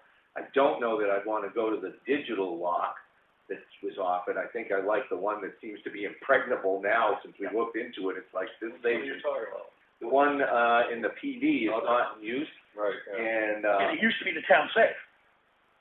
So the key thing is just looking at it to make sure that it basically has the current correct rating for holding money. yeah, I just wasn't sure which one. And how much money can be put into it at one time. and without knowing that for sure, I'm gonna speculate from everything I ascertained in looking into that safe safe is probably a real one, as they say. Oh, yeah. So, yeah, that would be great, and then the safe that we have here is probably sufficient for a lot of other items that we have, no matter what we find out about it. I mean, it may not be the safe for all documents, but I'm. No, that would probably be more money than anything. Sufficient for a lot of things, so, yeah, we'll follow up on that. On the initial item, I'd like to, amend whatever document we may have that's restricting her from. Well, I don't wanna do that until we find out where we're gonna put the money. I mean, we can amend it, but I don't want any money being held here until we find out whether we've got the Well- correct security in place.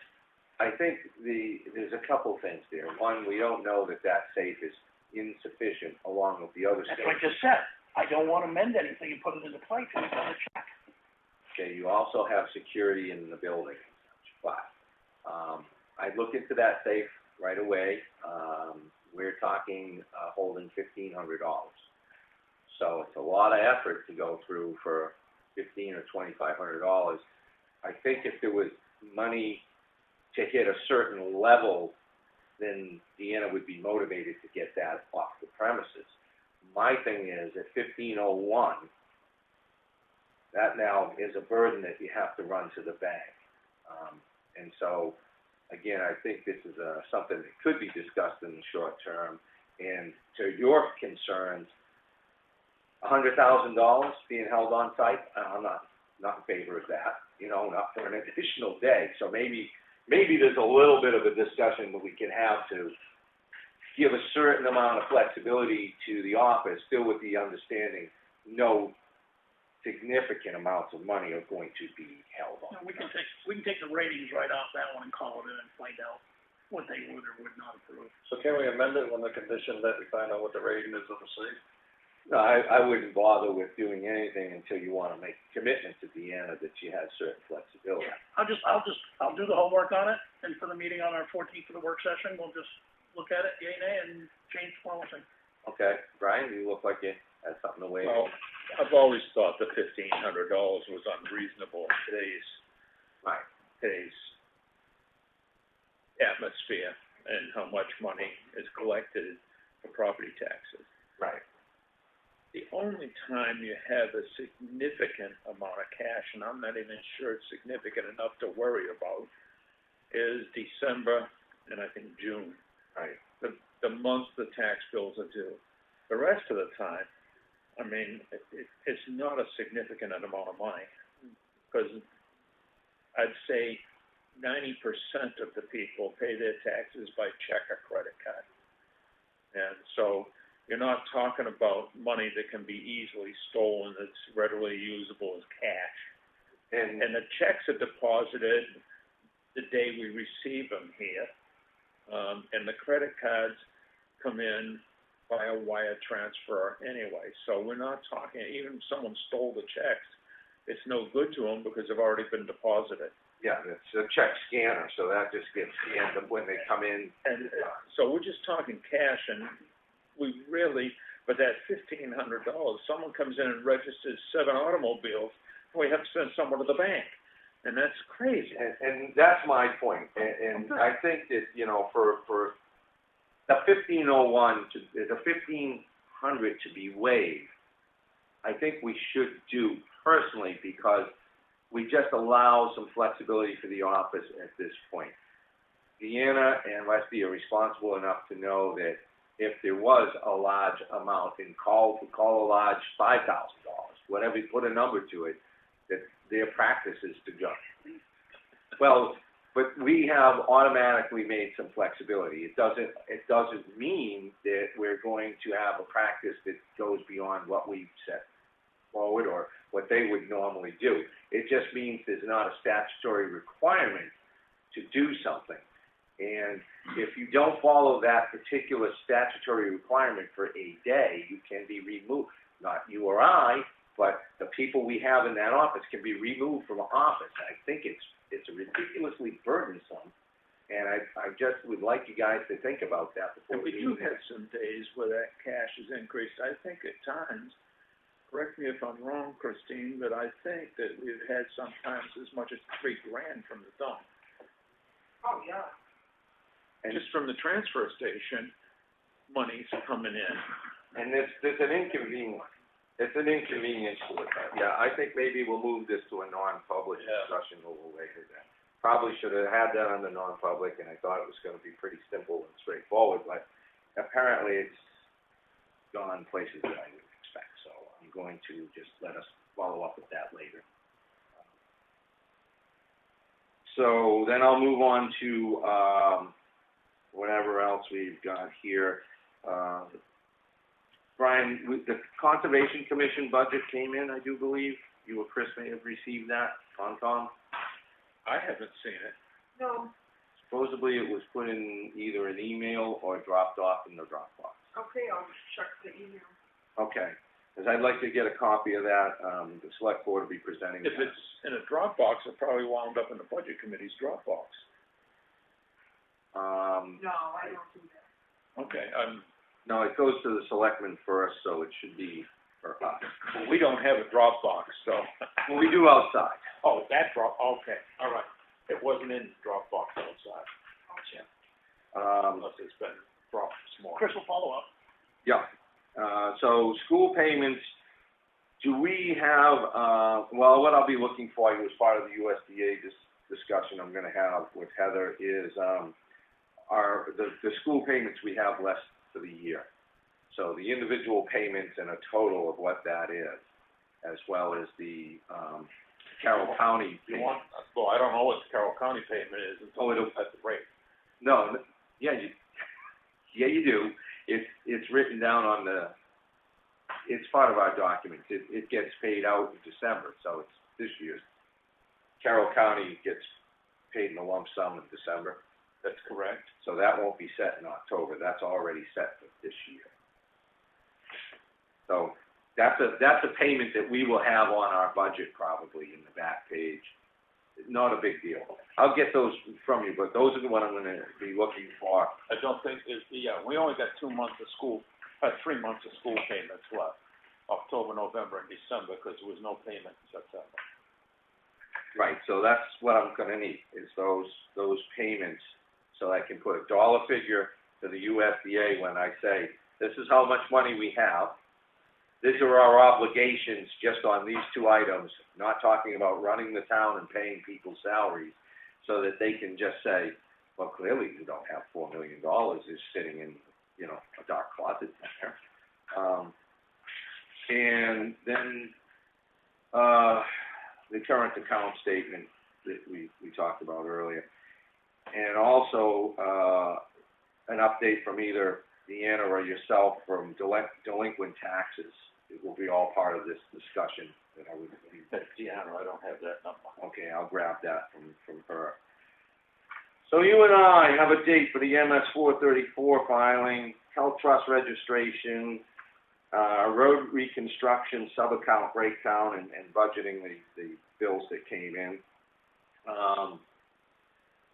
So this board has a budget review schedule that we need to work on so that we can prepare who we're going to invite in to discuss the upcoming budgets, as it was pointed out by, Dave Strauss's budget committee last night. Can we work on that on the 14th, or is that too late? I think we probably should today just do a quick look through on our timeline. Okay. I think if we could set people up in advance, because I believe we start having them in front of the budget committee on the 27th-ish. So if we, You said October 13th. October 13th, right, that's what you have planned for us, but we can negotiate, that's ours. We can move people in or out, for our scheduling, we gotta get active with that, because it's nice that Dave has that written down on a piece of paper, but unless we schedule with people and find out they're in, Australia that week. Well, you're doing the week before us, Mike, so the ones you do on the 13th, we're doing the next week on our budget meetings. So, the only time you have flexibility is the first 2 weeks, the 13th and the 20th. We start on the 27th. Right. You can move those two around if you want.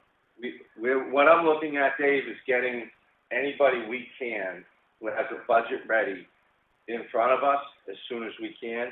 There's certain people that your committee is anticipating seeing on a certain date, so we absolutely have to go out and start making those connections to get them in. And if they have scheduling conflicts, I'd like to get them in earlier than what you put down on the paper, if that opportunity affords itself. Just so we can stay ahead of the process, or somebody brings in a budget and we start looking at it and go, I don't think this is gonna be ready in a week because we have problems with it, so we're gonna have problems bringing it to the budget committee. That's gonna back up your schedule. So I think you'd appreciate if we tried to resolve any issues.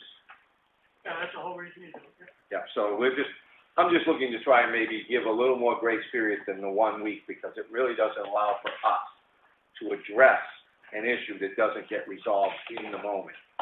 These people need to go back and maybe have a meeting with anybody, or get extra information or something, if there was a little more window of opportunity. That's all anyway, moving on, that's for us to work on. It should be pretty easy to throw something together in the short term. Talk to Chief Burbank about Fire Station 2 and those repairs. They can't undertake it. They don't have the manpower to do it. So I guess we need to get on there and find out what it is that we need to do, and have that and put it together and see if it needs to go out in an RFP, if we have somebody that we want to hire. When I looked at it with Randy last fall, or this spring, I can't remember, the texture 111 board right over the doors, Yeah. you can put your finger through it. Right, that's, I want it done before the winter personally. The fascia board, and trim that's on the side of the generator is gone because it's rotted off. Okay. So, we know, just in the front of the building, there's work to do, and I didn't go around the building to look at the backside. Yeah, that's the big thing, is what is the extent? And then, we might want to put this out and see if we can get some contractors interested in. Everybody's busy. This is something I've been chasing for, a long time, and we don't have anything in front of us, so I think we need to be proactive. I'll stop down this afternoon or tomorrow, and what I'll do is I'll take pictures of all four sides of the building and share those out to Brian so he can send them out, and everybody can look at it, so you have an idea where the issues appear from the ground, as to what we need to do for work, and there may be enough information in there we put together an RFP and put it out. Okay, and then, the inside, I don't know if we need to get inside. Do you think there's any, thing carried over to the inside of the building? When we need to ask Randy that. Okay. I had a conversation with him, but I don't know if stuff's changed in 6 months, so. I'm gonna take a look out to the sidewalk. Okay, because if we could get that buttoned up before the snow flies, that'd really be nice. Another big conversation piece, last night's budget committee meeting, was, the status of the fire department looking for, having daytime coverage, roughly 80 hours per week, which would allow for 2 people, 8 hours a day, Monday through Friday, the cost associated with it, those would not be full-time personnel. They would be a mixture of part-time people that work for the fire department filling those positions. So here again, reaching out to Randy and getting a more detailed breakdown on just how this works. Several questions came up last night from the budget committee, and I think that Dave was putting those together so that they can be sent out to Randy. But I think maybe getting Randy in here next week, if he has available time, might be helpful, because there's a bigger discussion going on as to what, if we support this, that's great. If the budget committee supports it, wonderful. But the townspeople are going to want to have will have a lot of interest in this, because it will affect the tax rate and the budget. So the more rationale we can put to this and get this out to people, the better, I think. I'd certainly like to try and get Randy to address all of that for us. And we don't have a boiler update yet, but we're pursuing it. The oil collection update. Yes. Did you hear anything back from the equipment company on a? I didn't take pictures and send it out to the company that would purchase it. Part of that is the cleaning service that was previous is not, but I believe that a new cleaning service is coming in. Christine, maybe you have some thoughts on that? Was Mr. Oh, yeah, that's the go, yeah. Okay. All set. So, since you're probably handling this, the utility room is probably not the most prioritized item, but if the gentleman gets through cleaning around here, that boiler makes an incredible amount of dust.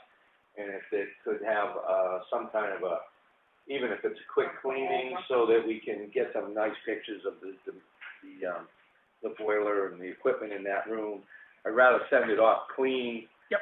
Looking pictures, asking, hey, how much will you give me for this? It's under 4 inches of dust. Yeah. So yeah, anything else on that one, Chuck? No, that was it. Okay. So that puts us down to oil collection.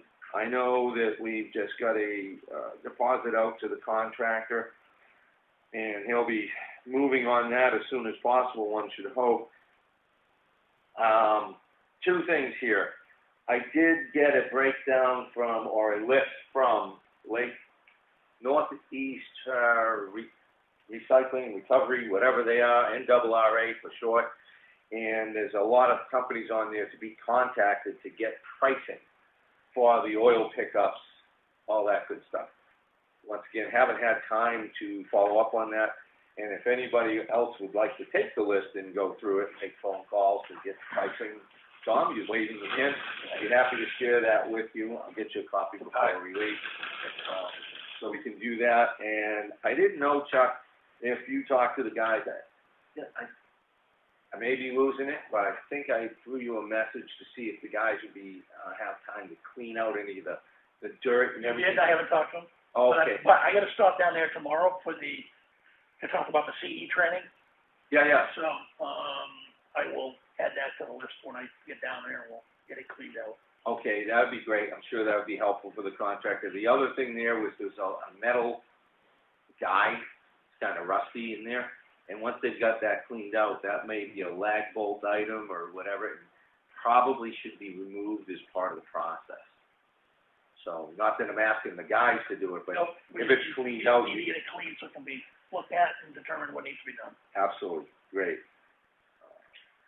And speaking of the CE, because I forgot that on mine, do you want to be included in that Absolutely. CE training? Okay. Yeah, Is a Thursday good for you? I'll make it work. Okay. Whatever works for everybody else, I'll make it work. And I'm trying to do the what's 15th, 14th, Wednesday, 15th. That's right now wide open, and we can get in there and do that. And what we'll do is we'll get the 3 of them, you, everybody, and I clarified with Concord around CE. So everything we do now will also cover yours, Mark's, and Bill's requirements for next year. So all we'll basically have to do is when you get your letter in on renewal, just fill it out, send in the fee, and we'll be done. Okay. Because it'll be recorded. So they said when they're gonna, like, me, I gotta go in person, correct? Yeah, you have to take the full day. Anything set on that yet, you know? There there was some in-person stuff, but the schedule that's up on their site that I looked at yesterday shows everything for like August and September. There was nothing in October, November. And that's why I reached out to them, because I knew there had to be some video on demand based on a previous email I had with Tara. And she wrote back and said, here's how you do it. And she validated that nobody has taken the course previously. So if you've taken it previously, you can't take it again and get credit for it. So she's actually looked at everybody that was on the list that's certified right now and said, we're clean, here are the ones you want to use for all 4 people. Great, and it was used to be like 2 hours worth of training to keep your certification. For It's a minimum 2.5, but in the videos are 3 hours, so. I think I touched on the evaluation with Ossipee on the Ossipee Parks and Rec. That was another discussion piece that came up last night at the Budget Committee meeting. And of course, we're going to need to do a little work session time on warrant article review as those items are coming up. I went through the warrant articles in the 2019 report, and I picked out the ones that are pretty much an annual, so those will be easy, but then the hard work is planned for the future on roads and culverts and the various things, and a lot of that was discussion points last night. All right. So, with that, Tom, here, I'll give you this for making a copy. That's the list. There's at least 8 companies on there. And we did cover here Randy's request that we put a warrant article together. I guess initially he had a timeline that was a couple of years out, but Chuck, you had brought to everybody's attention, you had an I actually talked with Randy Sunday night. just so people out in the world know. So the call volumes for the fire department are going up dramatically. Just a couple of years ago, we were about 235, 250 calls. We're going to pass 500 this year. And as a result of that, I've asked Randy to give us a 3-year breakdown. And as a result of the Budget Committee last meeting, we're going to ask for further detailed breakdown of types of calls and when they occur, so we can have an idea what's going on. What has happened is with the surge of calls and with a lot of the current volunteers working out of town, we're running into instances where we're short on the number of people that need to be there for a fire during the day or a call during the day. So we need more information. Randy's pulling it together, and then there'll be a discussion. Thank you for that. We also have a new issue with utilities. The only 1 year remaining that had some assessing concerns by the utility company is 2019. Changes were made after the, as the 5-year thing that we solved and settled. There's a new court case schedule, a summons and civil action from Public Service Company of New Hampshire, the town of Effingham, and this goes to assess values. This is new. Got it, Tom, I think you and Deanna were served last week, right? Yeah. And this has now been put in the hands of our attorney as far as it was scanned and sent to our attorney to review, and we have it with the assessing company. They're looking at it. So more will be coming on that issue, and we'll cover it as it unfolds. Going forward, 2020 and beyond, all this has been basically standardized by the courts in New Hampshire, so the utilities are going to have more of a fixed rate. It's not going to be something that's just openly contestable the way it is at the moment. There's changes that have been made. So that's just something on the radar as we go into the budget this season. There's a consideration on what that cost may affect us. All right. With that, bridge repairs, I'm still waiting to hear back for when our concrete work is going to get done. We are just simply waiting on, at this point, the permit from Department of Environmental Services. I think that should be coming, I would like to say at the end of the week, we might hear something on that, but I can't make a promise on that one. So with that, we'd get our abutments repaired, and, we'd be off of Elm Street, Bridge. Pretty much wraps up everything I think, I had here. Fire chief just joined us. Oh, look at this. We have a schedule for 11 o'clock with the zoning officer. So if you can stick around, Randy, we had a whole bunch of questions for you. Okay. Save me a phone call. Great. And until she gets here, we'll warm you up with what's coming at you. Okay. So, Is she coming in? yes, she's coming in, and I think we're probably going to need to, Ask it up. back up here for everyone.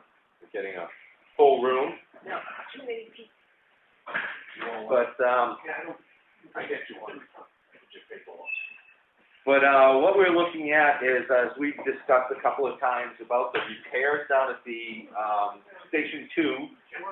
So, what we wanted to do is get an assessment of what is needed inside, if any work's inside, but I think that, as Chuck was pointing out, around the generator, soffits, spacers, some other, sheathing. And if you have anything to put together or work with us so that we can put an RFP out to do that work. So anything you can do to help us put an RFP to get that out as soon as possible. Okay. If we could address it before the winter, I think that would be best, but you know what the condition is better than I do. What's your views on that?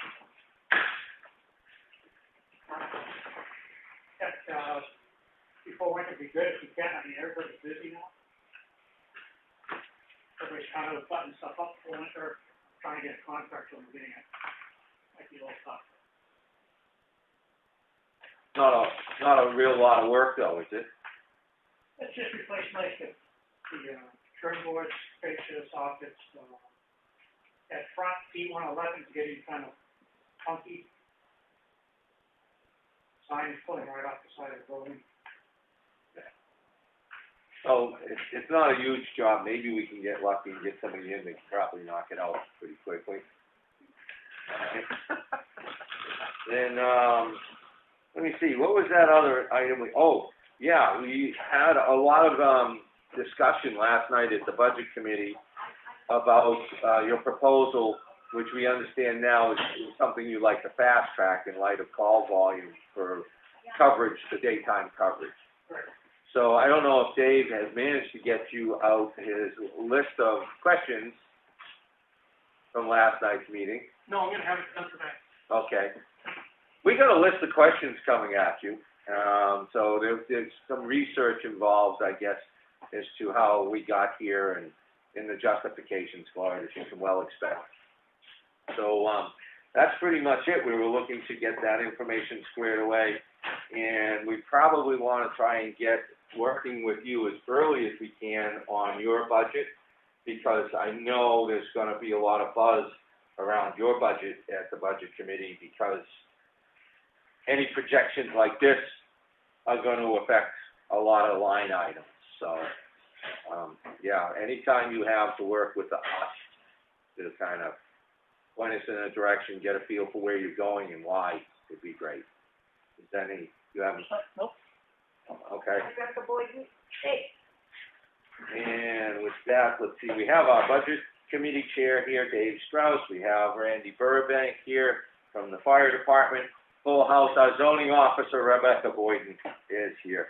So Rebecca, whenever you're ready, we'll shift off to you.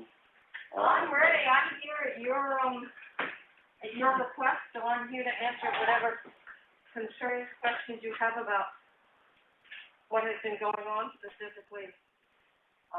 My understanding what specifically it had to do with what I'm loosely calling the junkyard initiative. Yeah, well, that and anything else, I guess. Okay, First off, it's been a long time. How are you? I'm good. Generally speaking, yeah. Okay. I guess then, did you want to explain, just so that anybody knows where we are with the junkyards and what's taking place, or? Sure. and because the call's alive and it's been recorded. Right, yeah. So, it took us a while to get to it, but basically we have, I have in coordination with the Board of Selectmen, identified 11 properties in town that rise to the level of junkyard. And that was done through drive around by the board and drive around by myself and actually, a certain amount of, surveillance, as it were, over the last couple of years.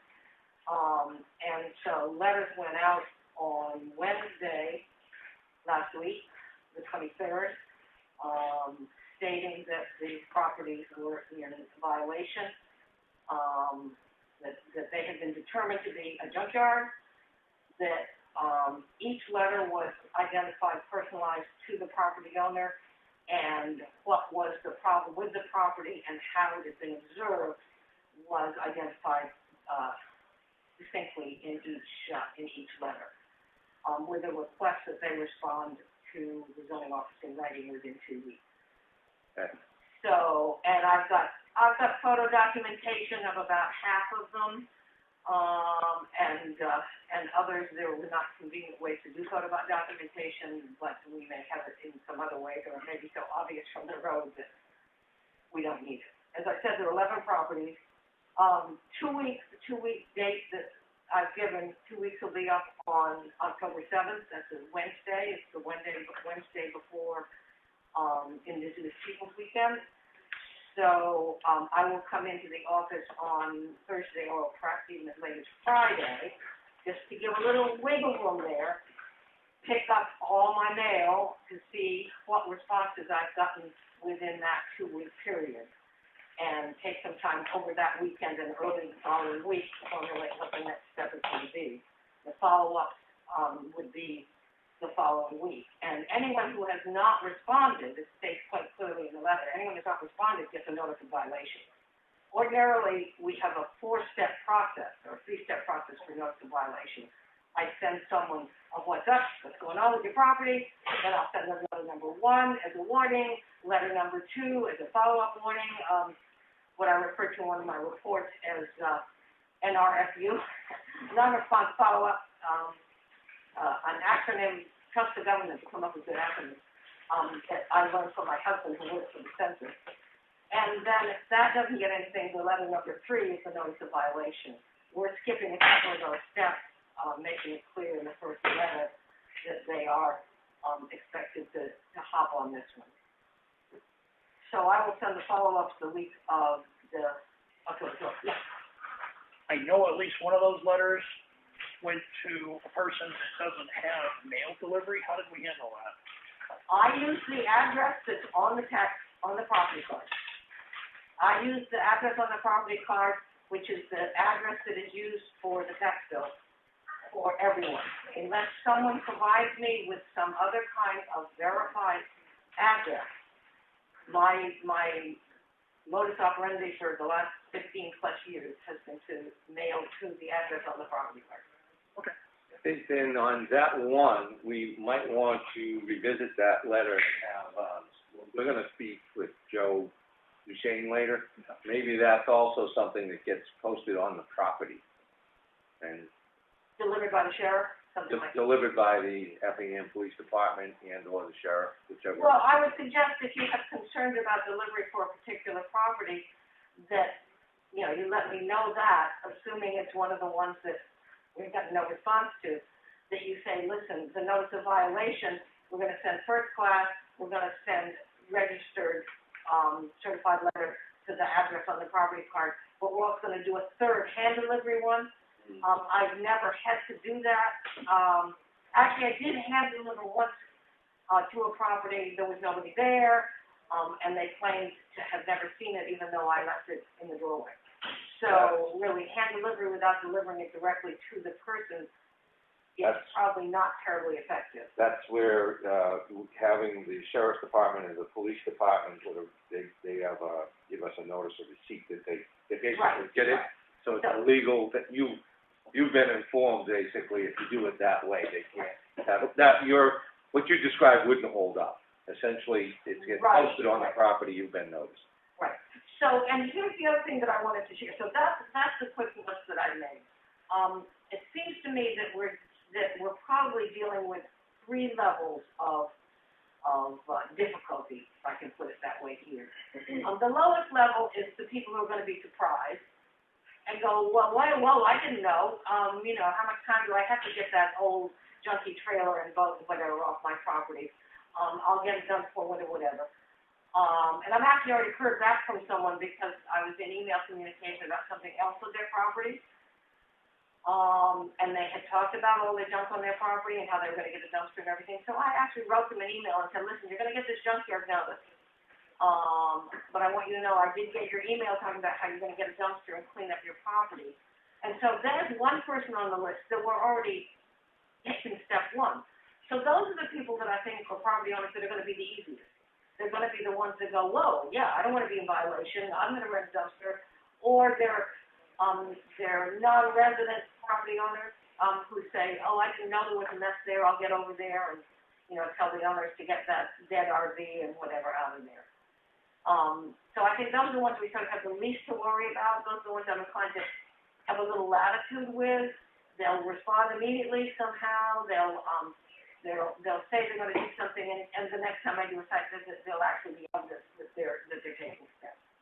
And I really don't see any reason to waste the town's money on people that are trying, even if they don't need to be trying as hard as we hope. The second level will be people who, and this is a very tricky level. These are people who will respond and say, oh, yes, I'm going to do something, and then don't do anything. And how do we pursue that, and the actions we take will depend on each one individually, but it's not unlike Mr. Enoch and the cabin in the way. We took them all the way to court. He had a court order that he was supposed to apply. Let's not get into that one. Let's stay on. Right, there was a court order. So we have people that. It's a process, and we'll take them to court. Okay. So I think what we need to do, though, with all levels that you're encompassing here, is timeline. Okay. Definitive timeline. Isn't gonna cut it this time. We want results based, and if we're not seeing results, then it's legal action. Right, and I'll say that the third level is people who will respond, but they're going to be responsive, being angry, abusive, intolerant. Yes, nice. They can tell it to the judge. They will be potentially a little bit dangerous. Speaking as a woman of a certain age who really doesn't want to have someone haul a gun out on them when they're, surveying property. So that was my assessment of it.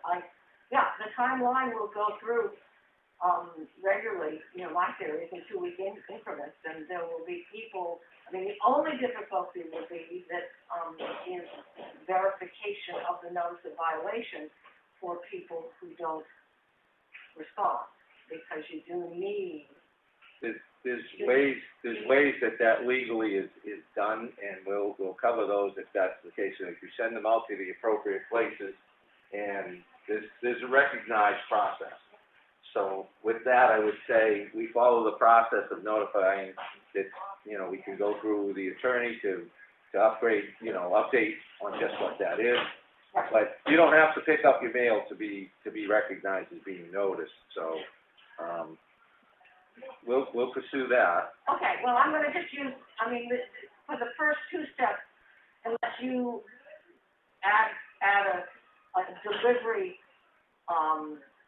method that you would like to see used, the first 2 steps will be the delivery method I have always used, that if there's no response to the first letter, then I send the second letter first class and certified.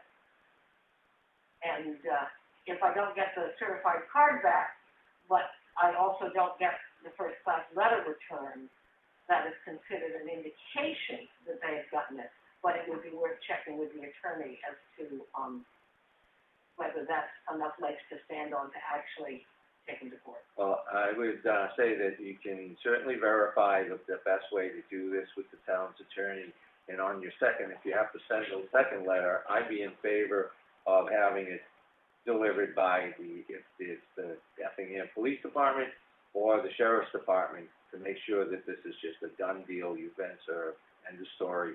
Not gonna send 16 letters and you're gonna say you never got any.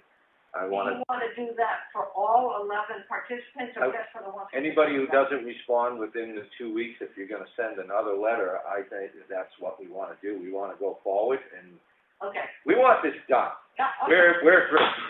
It's over. We're gonna move forward on it, and one of the things I wanted to bring up to you, years ago, we had a property I've seen the paperwork on, where it had a lot of vehicles, a lot of issues. Department of Environmental Services was contacted, and they came in and played a role in that cleanup. That might fit one at the end of Green Mountain Road. I think there's 30 or 40 cars there, and if we're getting stalled around, I think that's a property that might. Yeah, I remember meeting with that gentleman. That was a Libby Road property, I believe, and. That was another one, but that's. Okay, and they have they have had fairly narrow guidelines and what cleanup they require, and then they can close out their case based on the cleanup requirements that they have, and the place can still be a junkyard within the state definition. Okay.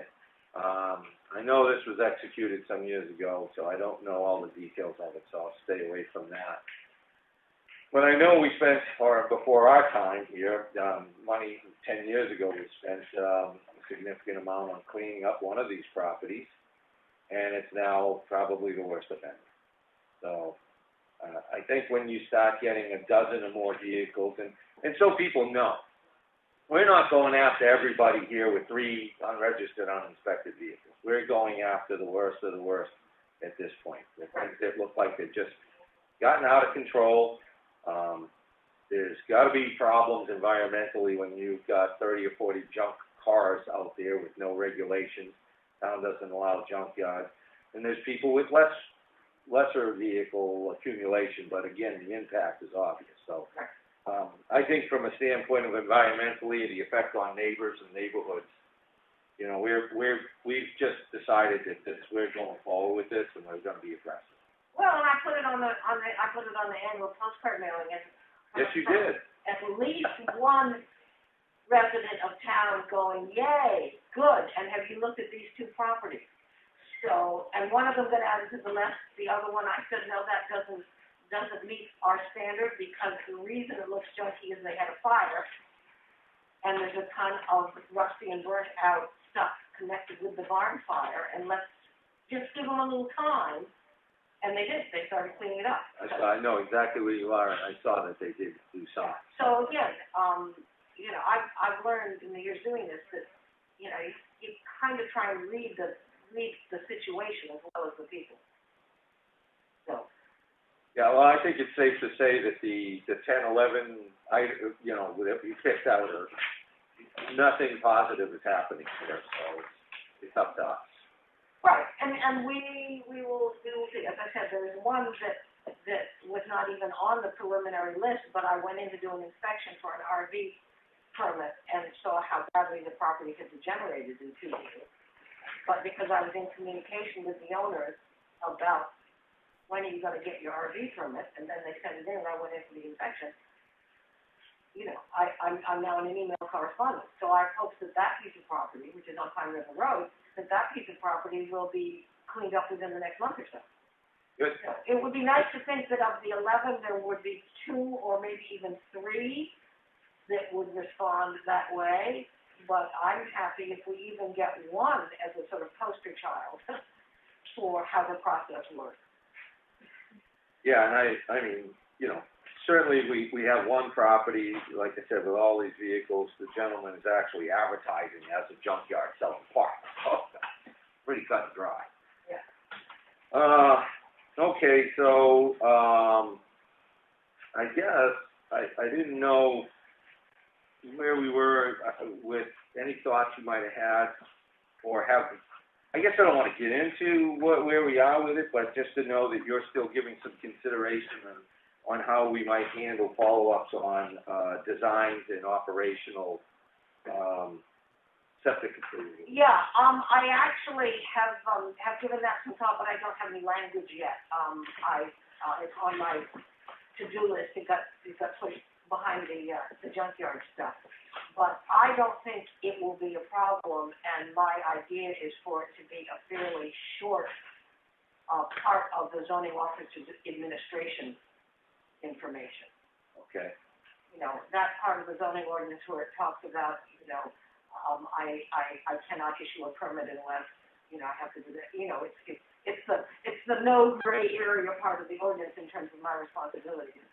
And we can just do, add in a step 1 and step 2 in there as far as I can understand.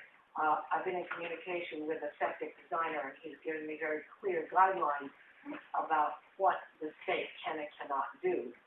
And they cannot issue, for operation unless the septic field has been connected to the structure. And so you can't tell someone they can't build until they have permit for operation, because they can't get a permit for operation without a structure to hook the septic system to. So the basic concept would be you would give someone a permit for slab, foundation, whatever else. And this would, we have to see if this is legal, because we don't have building inspection, and say that when you have your foundation, slab, whatever in, and you have gotten the certificate of operation from the state, which basically verifies the septic system all the way to the clean out, let's use a common term, then you can have the permit for the rest of the structure. They are not supposed to close the field until it has been inspected. And so this would be saying that, and builders have lots of workarounds for this, but we have a lot of people that aren't working with professional builders. So the question is that you need to have, what we're saying is that you can't build a house without having a septic system installed. We can't know through official channels that the septic system is installed and inspected unless the state does it, because we don't have the capability or capacity to do that.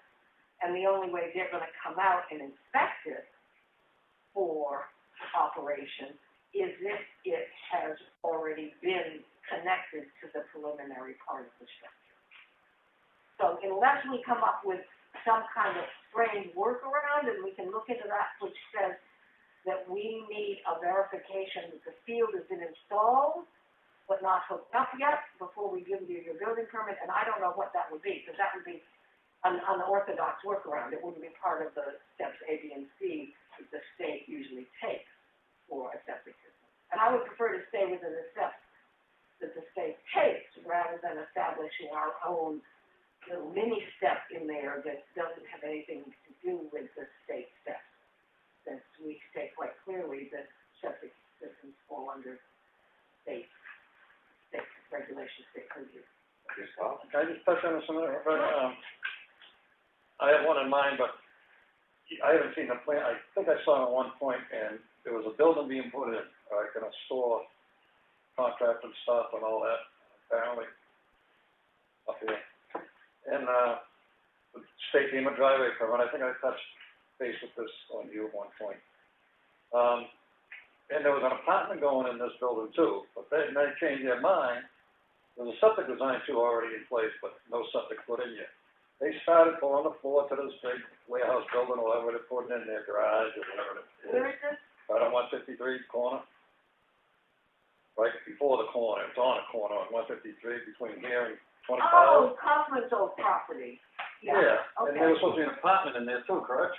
No, at this point, it's just a storage building. Yeah, but originally there was going to be an apartment. No, I was in constant communication with those guys. Eventually, they were gonna put something in, but initially it was just a storage building. But eventually they want to put a living quarters in there, is that? It's not clear, Okay.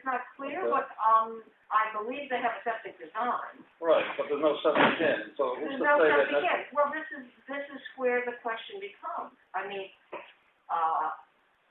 if someone is building a non-residential structure that doesn't need a septic system, but they have a septic design in order to show that the property will support it, should that structure add a residential component, are we gonna prevent them from building a warehouse? But they have a well there, correct? So Well, that means yeah. they're gonna be using water. Where's that going? If they have floor drains in that building, I don't know if they do, I'm just saying. A lot of commercial buildings like this have floor drains. Where's that gonna be draining to if there's no septic? You Well- can't let gray water go on the ground, correct? Well, in certain situations you can, but again, I don't know. My understanding was it was for storage for vehicles. But again, that is going off on the, do we want to say that people can't build without an installed septic system because what they're building has the potential for needing a septic system? That's very different from what we've done. We've let people build barns and garages and on standalone pieces of property without any residential components, without even requiring a septic design. And in this case, these gentlemen did provide a septic design, which is all our regulation requires. I think the idea is once you got water on the site, you have a well, you probably need a septic system because the gray water requirements, require that. So, Right, but we are, my concern is we are moving into what the state has jurisdiction of. We have nothing anywhere in anything that we have written that requires anything about wells or anything about septic. The only thing that we have is that we require a septic design for a building that has the potential to be a residence. I mean, when people built a standalone workshop that has perhaps running water and a well on the property, it hasn't felt like it's fallen within my jurisdiction. okay, so for that, I guess we're gonna need to do some more research on that for sure. And then I think to the case with the residents, I think what I was considering, and maybe this is in line with where Tom was going, is that once you've established your foundation, that maybe that's where there's a stop in building until you get your approval, or your operational approval. Right, and that's what I was saying. I mean, I'm absolutely on board with that idea. Yeah, that's where I think. And I think that's where our major concern is. I mean, even though there may be issues of someone building a warehouse and it's heavy floor drains and where it's gonna go, I think from the position of the health officer and properties that are running a household without a septic system, that's where we should focus our attention.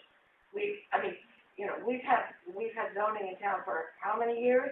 And we are now just addressing this sort of gap in the zoning ordinance as to a falling off the whatever between the septic design and the actual hooking it up to a property. And I think concentrating on the residential use of it would be the best use of our time. I think that's the first Get tweaked to address other things having to do with well, gray water, non-residential, whatever properties. But at the moment, we should say that if someone applies for a permit to build a residential property, they will be issued the permit in two parts. They will be issued a permit for structural slab or foundation upon presentation of the design, a state-approved septic design. They will be issued a permit to complete the structure upon issuance of the state-approved operation.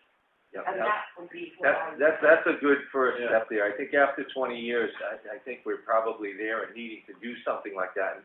And just so other people are aware, this isn't just because we want to create more bureaucracy and rules. As you know, Rebecca, we had a situation on a property. The property had a design. It had a building permit for 2017, and because something came up on the property, we discovered that the building went in, but there's no actual septic system, and there's gray water and other things going on, and therefore we're probably not the only place that happens. And probably not. Therefore, we find ourselves in having this discussion. So let's not let it happen again. So I can be more vigilant just in terms of what I am issuing until we get that paragraph in the zoning ordinance. And I can just, look at what legal aid I have to stand on, saying, here is your permit you've got a building, septic design, here's your permit for your house. Yes, there are further inspections, you need to let me know when you've done that. Because people often say, so when's the next inspection? And so I'll just sort of add that in as a process thing at this point while we are crafting the language and getting it. Right, that's what I was hoping to see on the building permit now, do a kind of a two-stage thing where it's applicable. Right. And, as we go forward, maybe we address some language to be found, added to the zoning ordinance as a whole. And if there's a question with that, you can probably reach out to Attorney Surge to see, Make sure I'm firm footing for whatever it is I'm setting up or writing for the. Exactly. Because I don't want to put a whole burden on the planning board for an area that Yeah. isn't even in their head that we've been talking about and concerned about, because we can craft the language that, from the point of view of building permits, building inspections, state requirements, and health officer needs, we can craft that language and then just present it to the planning board for, we need to add this in to cover the process. And that would be great to have accomplished and have on the docket for not this town meeting, but the next one, because I know the planning board, is pretty much up to its eyeballs in a lot of things at this time, and try to dump something on them to kind of work through would probably not be. Right, but if we give them complete language that's just Finished product, two yeah. sentences, then if they can Sure. go to the list of the stuff, then it can go Yeah. on the warrant for the coming. As long as it isn't cumbersome for them, then fine. Right, It's exactly, good. no, I didn't want to have to get into a big debate about the nuances of it.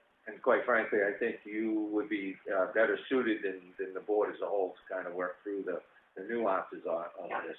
Absolutely. So, great. I absolutely acknowledge that it's a problem. Thank you. It's, well, who knew until you found out and went out, and it's like, Yeah. like you said, the gap, right? Yeah, exactly. All right, I don't know if there's anything, Chuck, Tom, any other things? Septic was my big one.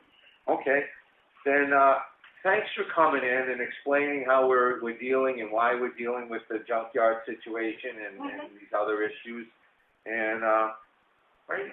Okay, and as I said, I'll let you know, through my weekly report. I mean, I'll be doing a monthly report at the end of this week, early next week, for the whole month of September. But unless we've heard back, it hasn't come back yet. Unless we've heard back sometime this week, there won't be any information about the junkyards until the weekly report the following week. Okay. And I'll just keep you posted. Yeah, and then like we're saying here, we're ready to step up whatever notifications, that need to be done, sheriff's department, what have you.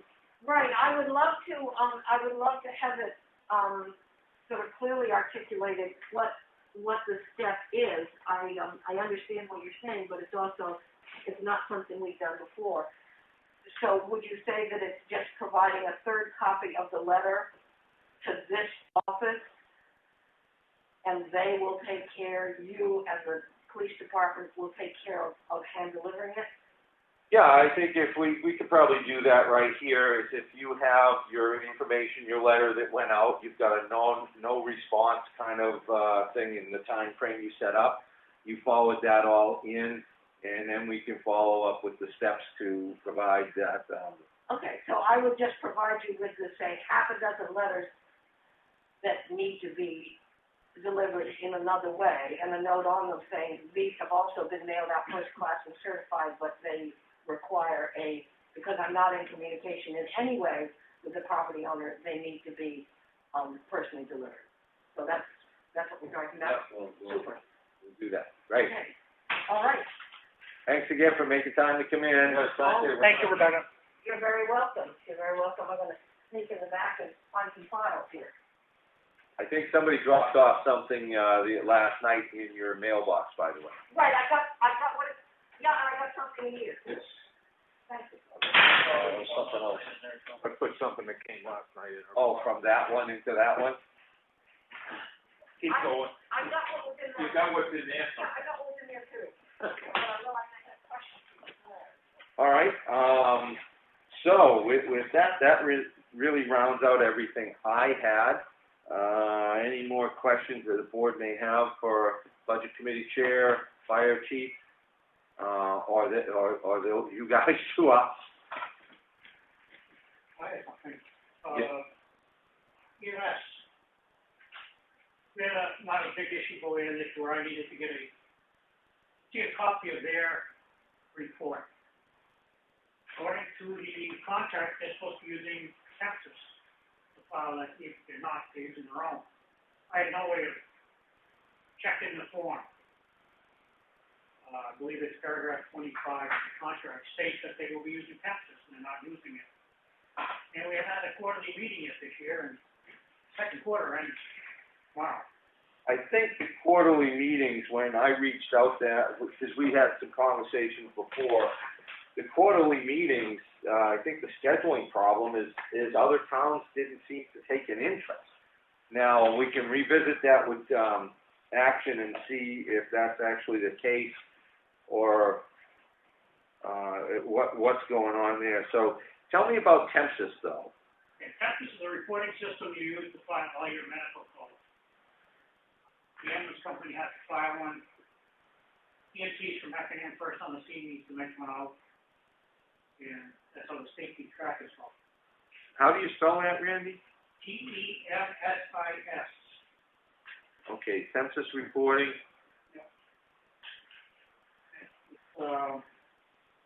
Article 15 of our contract,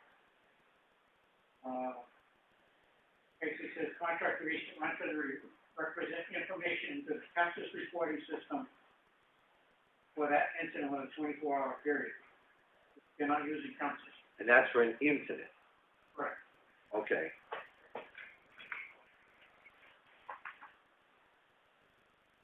So you really need them to start using Texas, because I'm sure I'm not the only one in the 6 towns that will need to look at a copy or verify what they put on. Okay. I'm hoping on just the face of it that this is not a big deal for them to do, because everything we saw, Chuck, when we were dealing with these guys, they've got every accreditation, every ability to do things, and any turnaround on an issue through all the contract negotiations was just, they were very responsive. So I'll reach out to them. Tempsys, was that the only thing? Because you said Article 25 was just that 15. Article 15. Gotcha. Okay. Of the contract. I'll be happy to place a call. Did you talk to any representatives? I talked to them over there. I gave them a copy of what they're supposed to be doing. They're supposed to talk to John Hatch. As of last night, nothing has been done. I haven't talked to him directly. I was going to call him today. Would you would you like to talk to John first? And I want to talk to him, find out what I'm looking for, and find out what information he can give me, because I can't double check anything.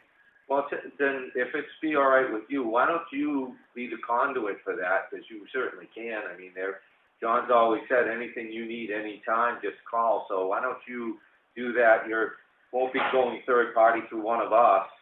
And if there's a lack of response, let us know, and we'll see, if we can help with that. Okay. Super. Anything else? Just remind you about, are you gonna set up work sessions for next week? Because your budgets are all due Thursday.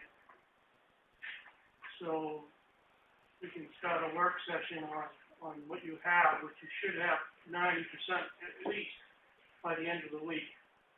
So by budgets being due, you mean the people that, Send them in with what they propose to their budget. right? Yeah, we hadn't set up a work session, but I'm going to say that we're probably going to stay steadfast with after our regular meetings to go right into work session, so. So I can make sure that I wanna make sure that there's at least one budget number here. Okay, well, next Wednesday, we moved to, No, oh, okay, so this Tuesday, all right, yeah, we'll just follow up on. Follow up with the work session, because right now you're advertised for doing your budget meetings on the 13th of October. That's advertised on the website and out on the bulletin board. So I'll change those to the 14th. Right, thank you. Okay, so just so you know, I'll update what you guys have for the 14th. to put a revision out on that. I'll talk with Chris after. Appreciate that. So that's good still, and I'll plan on Tuesday then having either me or Leo here. So budget, I'll let them meet. Okay. No, that works. That's great. Okay. I'm gonna find out, don't mind me, I'm scrolling through. That last call was from one of our engineers. So I'm just gonna give him a little text message to let him know I'll call him back. Yeah, anything else?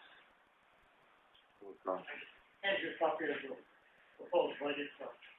Okay, so that was Dave Strauss. Now we have Chief Burbank, bringing our attention to the documents. Bottom line is the fire department budget is at daytime coverage. The membership compensation will be reduced. I left it the same in case people decide to cut off the daytime coverage. Okay. Go to daytime coverage, the membership compensation will be dropping. They're working on the figures on what to drop it to. We take a percentage of daytime calls, and that's what I'll subtract from monthly compensation. From that. Okay, so member compensation is a discussion point.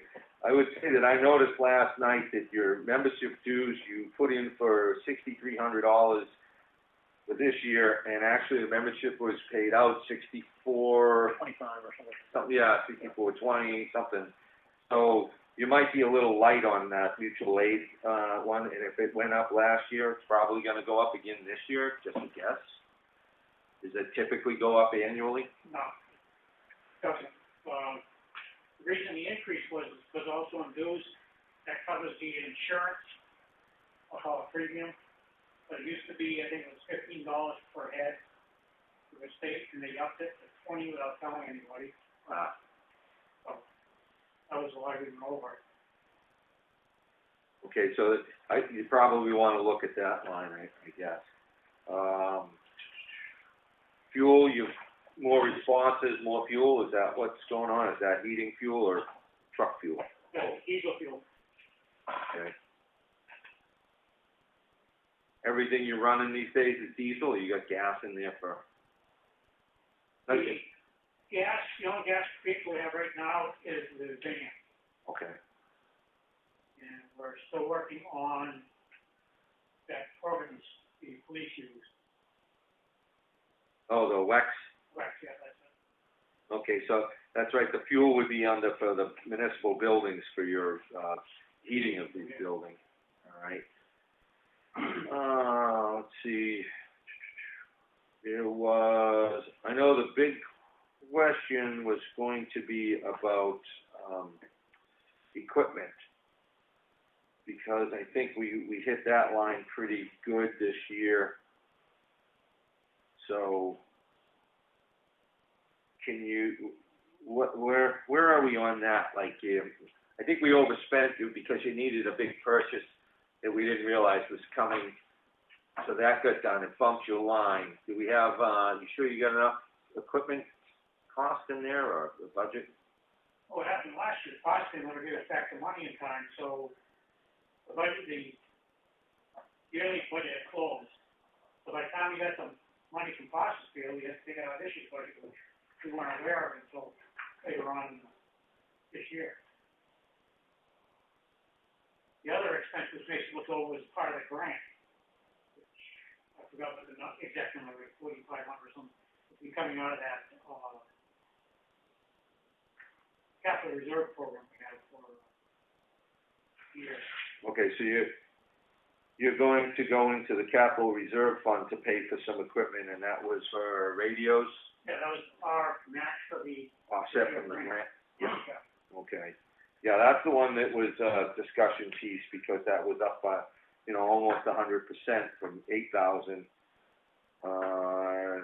But there you go. Those radios cost. Total price on that was what? It was 100? 90-something. $90-something thousand. Yes, I don't know the exact figure. Okay, so our portion was $8 grand, $6 grand? Our match would have been 4,500, Okay, but you have to, do more.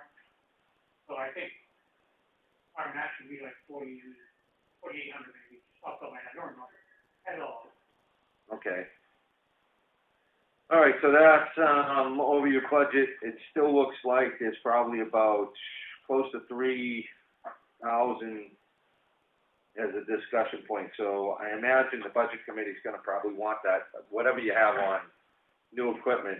Understanding, of course, you've got a grant for $90-something thousand. You know, giving back 5% on that, it's pretty, I don't think anybody's arguing that. I just think they're probably gonna want an explanation on it. 2,000 of that, I believe, is he got charged, and it should have been paid by monies coming from Parsons Field last year. But that didn't happen. We didn't get that information till after the 15th. That was what Randy was talking about. Now, that's 2,000, not the normal 1,000 that we get? He gets two payments. He gets a 1,000 And the that goes to 2,000. the trust fund, and then they pay another 2,000 towards equipment. Okay. All 3,000 of it went in the trust fund because nobody told me about the equipment part of it.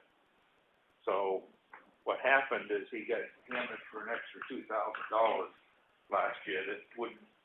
It's in the. We received the money. His budget didn't. Okay. All that right there. I think I told you that before anyway, right? Okay, so then it's about $1,300 over what was. We'll have to look at the trust fund, when the trust funds come up, that's the area that we'll have to look, should be 9,000 in it. Yeah. Okay, so that's all. I mean, I know that not everybody is gonna know this, so let's be prepared to tell that. Anyway, anything else we're seeing on this budget? I know there was about $1,000 last year that, kinda got overlooked. We were gonna try and get that put back. There was a cut. Is that been included this year, Randy? Well, what I've done is, well, what I have to get at is fuel, telephone, because I don't see any of those bills. I don't know what we check. Yeah, telephone, Brian, you're probably better versed at talking to that. Are we seeing changes on that line? Well, it's gonna come down to the decision on whether his internet charge is eaten in the computer budget or it's going to stay in the fire department budget. And that, we've had that discussion. Dave thinks it ought to be in computer. It has always been taken out of the telephone budget, and you've told me to continue that this year. But you're gonna have to make a decision on where it's gonna come from next year, and that would change that line item. Now, he's not gonna get any change because of the change over to consolidated, because the fire and the library are not in that, and the transfer station are not in that changeover. Right, it's standalone billing to that particular facility. Chuck? And we've talked earlier on, because of the whole internet phone thing, about changing that to communication services rather than Right. telephone, Right, and putting both phone and internet under the one line item. right. Does that still work for you, Dave? Yeah, as long as we have something consistent, because all I was saying was, when we used to do the budgets, it used to say computer and services, internet services. And that got dropped off with the new budget to actual somehow, it only went to computer. So we've always budgeted the internet in the computers, that's what we were always figuring. I'm fine with whatever, as long as we just go consistent, that's all. Okay, because I think as Chuck is saying, we're gonna do, all the communication services is one thing, and then have a separate computer line for our technology. For the regular technology. For repairing. Right, PCs and laptops and Yeah, like it should, repairing. Iris software and stuff. And you did agree that, I think, I don't know if you agreed as a board, but I know you and I might agree that we would look at, because of consolidated going through, we'll do one under executive for fire is all the phone and internet. Right. And then a separate for police and fire. We could, that's the conversation now, so Yeah, I'm good with that. as long as we can separate out the police, Brian, because of the new system, would that still be easy to separate out there? I believe we can separate it out. It was part of the consolidated proposal for the overall proposal, included the police, planning and zoning,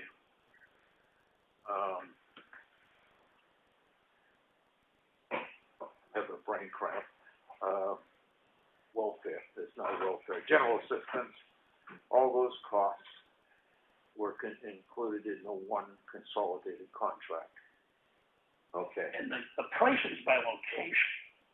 So it may make better sense that the town office and the PD are all underneath ours, because it's a communication services for the town. Yes. It's a town office building. Does that work for you? I would much rather do that than have individuals. Yeah. I don't Okay. like the individuals all over the place. Because, I mean, I'm fine with lumping, you know, I'd leave the library separate, mind you, but. Oh, yeah, of course, yeah. The one thing you need to remember is that 68 School Street will be consolidated, including the internet service. Right. The fire department and the library, the internet service will still be with Spectrum, not consolidated. Okay, well, that still doesn't pose a problem, I don't think, because we just put that under that line item. I just wanted you to know that. Somehow, it'll be a different company, but it all gets put there. The We're one, gonna put enough money in that line item to cover the Time Warner bill, which is Spectrum. and that's why this is an important discussion, to know that we've got to pool all these things together under executive, so we're gonna be shifting things around. We package them up as communications, which is the phone and the internet for these various sites, all under executive. The one standalone I'm seeing outside of, like, the library's not part of the conversation, but at the PD, is we do have cell phones, or the police, that probably should stay under the police budget, my thought. And that should be a telephone item, That a should be- line item. Right, There's actually 4 lines that you've got to consider under that cell phone. There's 2 cell phones themselves, and then there are 2 data terminal transfer switches that are done through self-service, and there'll actually be a 3rd one now for the cruisers. So it makes sense to have a telephone line on the police department budget. right. There should be, if we call it telephone or dream up another name that's more appropriate, I'd like to see that broken out, my thought. I don't know how, you know, anybody else feels about it. But Dave, do you think that's appropriate? Yeah, me and you discussed that, and we thought the fire, the library, and the police were gonna be separate, and then we consolidate everybody, take it out of everybody else's budget, and just leave it under 4130. Okay, but the communications that are specific to the police department, cell phones and the data, you know, terminal stuff. Yeah, we have to leave that with them, I understand. Great, I just wanna make sure everybody's on the same page now that we're getting into the details with others in the Yeah, room. we'll have to adjust in the work sessions with the budget sheets that you have. We'll just. Yeah, we'll tweak them. adjust them. Just wanted to make sure we're all headed in the same direction.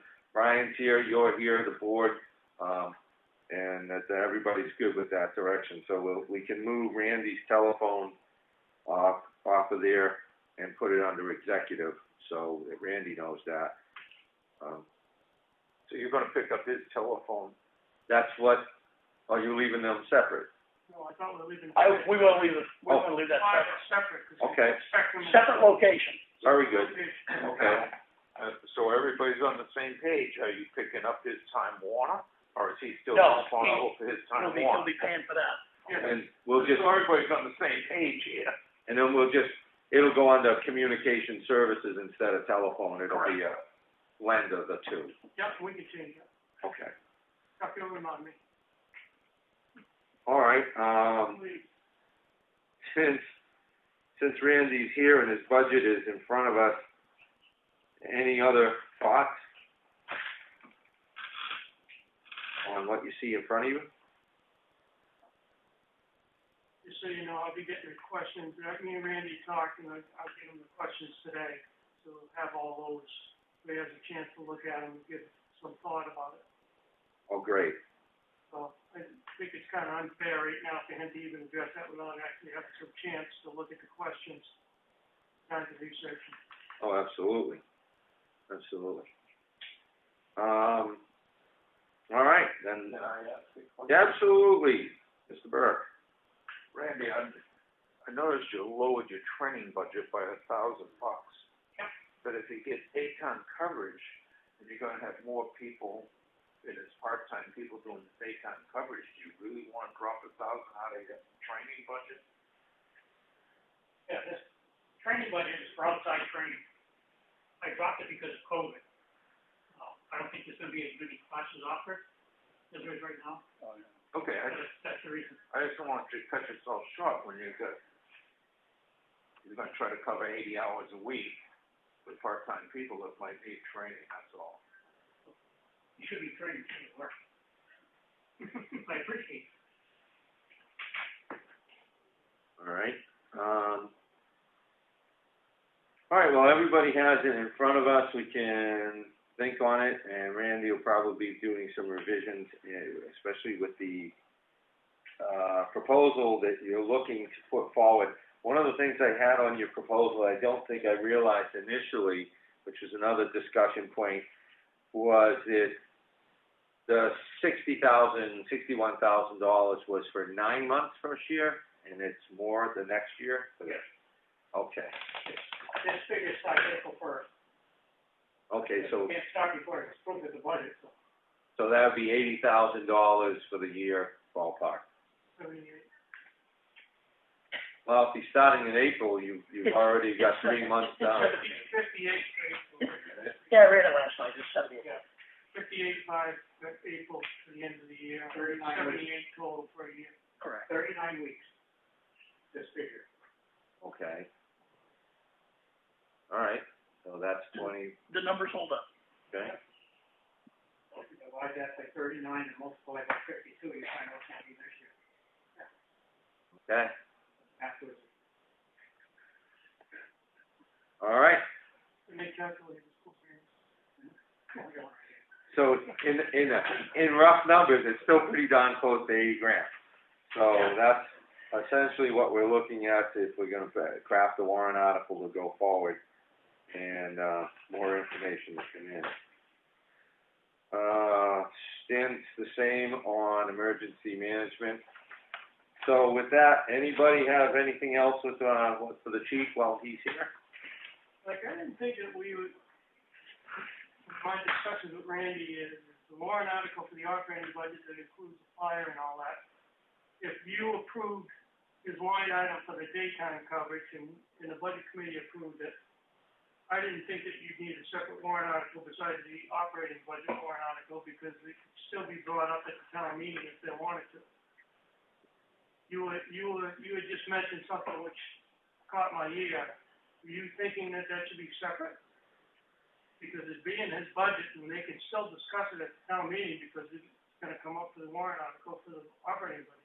Well, I guess there's a discussion to be had there, because, there's two different ways I see this could go. You could just add all this big increase into the operating budget, where it would, conceivably go that way. That would be fine. Or you could put it into a warrant article, to really inform the public that there's this change coming, to add things. I guess it opens the question of, maybe some legal concerns on what gets voted on. If it gets voted down, that could close some doors. Well, I don't think there'd be legal concerns, because we have a public hearing, and that'd be coming up at our public hearing. I don't think you're following.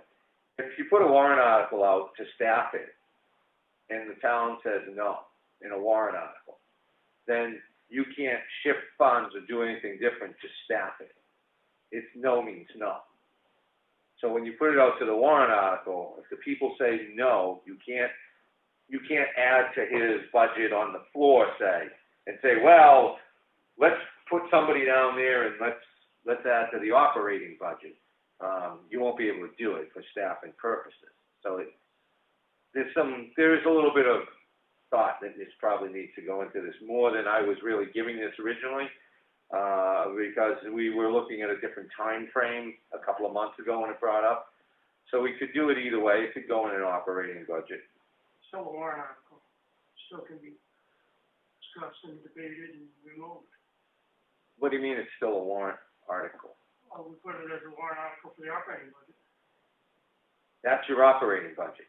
If you put it in a warrant article saying that we're gonna buy a brand new cruiser and the town says no, you can't say, well, I have other money somewhere else, we can buy the cruiser anyway.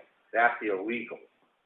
So if you put this as your operating budget, they can cut the budget, but they couldn't stop you. The town doesn't preclude you, that is to say, from staffing the daytime if you had other funds. Oh, I got you, you're right, because it's all in the overall, so whenever we reduce that operating budget by that amount, you can move around whatever you want, and it's like. Right, and if you have a standalone warrant article for a specific purpose and the legislative body says no, it's no. So Chuck, what was No, that? that's good. I'm good. Yeah. That's a good point, Mike. So it's something that we should all think about. How do you want to approach it, and whose hands do you want to tie or not tie? And, you know, the people get a say. How do we want it? What's the best way to ask the question? All right. So, what you got, Chuck? The second page that Randy handed out. Yes.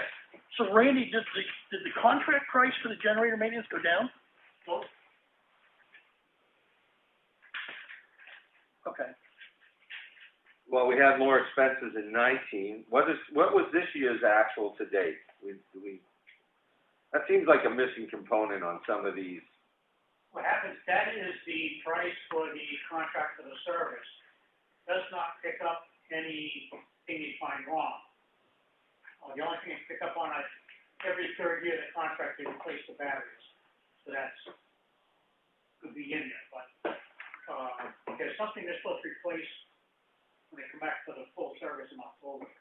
They call them the first time. How old is that unit? That one up there? Yeah.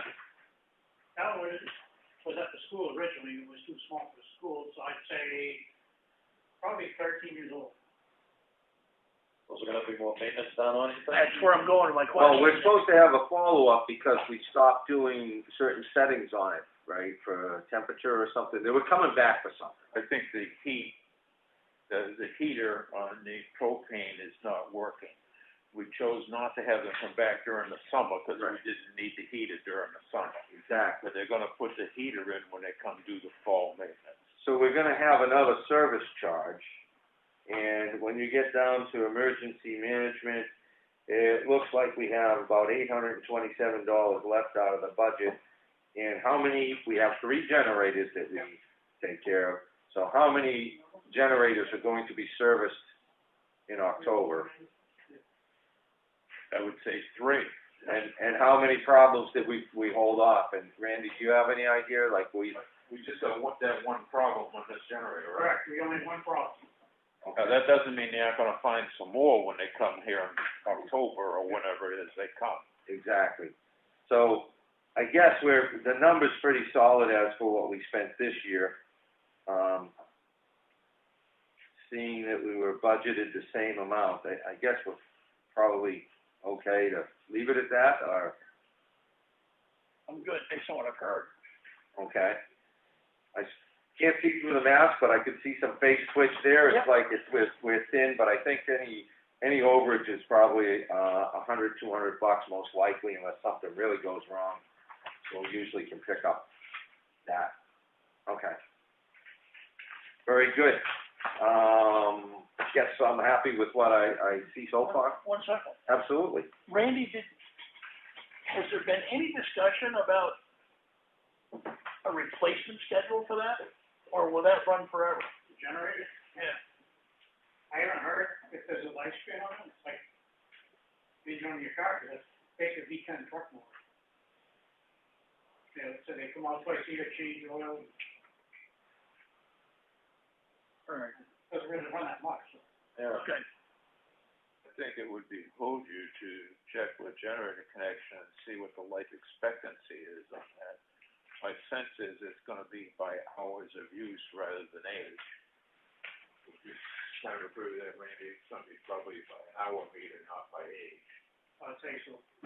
But I think it would behoove you, because it ought to go into the CIP. Well, that's where I was going with the question, because there hasn't been any CIP discussion, that's why Yeah. it dawned on me. Well, That's until not gonna be cheap to replace. till you got to the point of 13 years old, because I think they all came in a grant in the same year, is that correct, Randy?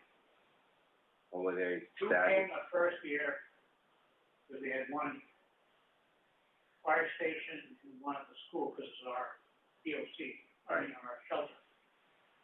We found out that wasn't big enough for the school, even though we had 3 electricians both the same size.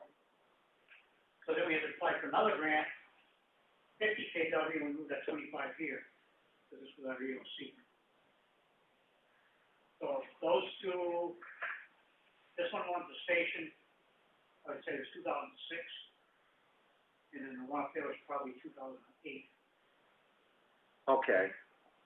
So here's, just a thought. Is this something that, say, Randy, we task him with finding out what replacement costs for these would be, lifespan, life expectancy by hours, or however they've got it rated, and consider maybe that this is a trust fund we should start, like, trickling money into? Yeah, I would say it's big enough that would be. Yeah, Dave? Even better start putting money away, I mean, if they're that old. Yeah, But it, I mean, they don't take many hours. well, it's like, we need more information at this point. But yeah, what is it? I mean, is it gonna be 3,000 hours? Is it gonna be 1,000 hours? I don't know. But other stuff dries up too, just because it's running, just sitting there for 13 years. Yeah, that's why I hope the Dried up maintenance, and- yearly maintenance can take care of most of that stuff. I mean, I know I had seals replaced on mine already. Well, there again, these things are probably, since they're already in place, slabs are done, the services are already in, it's probably a little less money than if you went out and just did a complete install. But 25K, I mean, that could be what, 8 grand, 10 grand, somewhere? With an install, yeah. Well, And we then- can easily put a small amount in there and negligible to the budget, so that way we do have it when it does want to be replaced. Right, It's that's, time to build up. do one of those annual things, because you got a 50K over there, 225s, if your total expenses down the road are $40,000, given time and everything, Were just you pick a number. responsible for the school one? Yes. Or is the school, It's our emergency shelter, as Randy was pointing out, so that's why it's there, that was what the grant's for. So when you look at it that way, maybe down the road of 20 years, we need 50 grand. So whatever we find out, that means 25 a year, maybe we should do something, who knows, 1,500, 1,000. at least a couple. To start chipping away. If we put $2 grand a year in, for the next 20 years, Let's get some numbers and some right. further info from generator. I'll add that to my, list of trust funds. Well, that's it. I mean, I think at a minimum, we should plan on starting one. Yep. And we can fill in the number with, how much when we get more information, but this should go on there. Okay, great. I have a question. Okay. If this generator out here quits tomorrow and it's not repairable, Yeah. what are you gonna do? I'm gonna take the town administrator's salary and use it. Well, I'm not gonna be here, so it's not hurting my feelings. Well, we asked the chief that. And the question is also, if you put this into a regular trust fund, not an expendable trust fund, the same question I Well, would... in regular trust fund, you can just have agents to expend, and that's what you would do in a situation like this. You need to have the. But you needed a vote of the legislative body to expend. No, when you establish the trust fund, that's part of the language to assign the agents to expend. And it becomes an expendable trust fund. Correct. That's what I'm saying. It's all just in the wording of the trust fund. Still a trust fund. I understand that. I just wanted to make sure, I was kind of trying to make a little bit of a point. Oh, no, yeah, if you need emergency funds in a situation like it's a transfer station, we set those up accordingly. So, yeah, the nuance is not missed, appreciated, but Now what are we gonna do if this one craps? that was just the chief. You can rent them. Emergency basis, you rent it, they bring it down. Where's the hammer? I'll fire him down. Sure. We're waiting for you to answer the question, Chief. Question's out. if this one craps out tomorrow and it's not repairable, what do we do? Rent one. You call the insurance companies on the structural light. You call them in and rent one, so you get it figured out. I think that goes under the heading of, we'll look into it. All right, then, Call the generator connect company, and I'm gonna ask them what they estimate lifespan will be. Yeah. If I'm calling Action Ambulance, I'll call generator connect. Yeah. all right, yeah, I don't know if, insurance would be one thing, just, age and attrition and, the motor seizes up, I don't know. So. It's kind of a rhetorical question, I was just making it so people think about it. Right, well, and that's another good point as to why we should establish this, trust fund. And like I said, I don't think there's an amount I wouldn't go for that's a reasonable small amount, $2,000 or something like that, $2,500. Because if it took 5 years and it died 5 years from now, at least we could solve one problem, one generator. But point taken. And if nobody else has anything on any of the other issues that we've covered, we do have the winter road contract bid still to open. It's open. As I said, I just handed Dave a copy of a warrant article that we're considering to replace the cardiac monitor, which by FDA has to come off the ambulance February 3rd next year, and not recognized. Originally, the thought was to take the money we're saving from the ambulance contract, from a donation the town is giving, but I understand that's drying up. Well, initial conversations there was talk of $40,000 for this calendar year, or at least for the quarters since Action Ambulance came in, at least $30,000. I would have thought that was kind of that was my perception maybe. We received $10,000, which was very nice. I don't know that we're going to get any more. That's a choice by the individual or the entity, and so there's no guarantee. So I wouldn't bank on that money. Not to say that we're going to get any more or not, but I would say that if a warrant article sounds appropriate to me in light of that's a big purchase, let the people decide.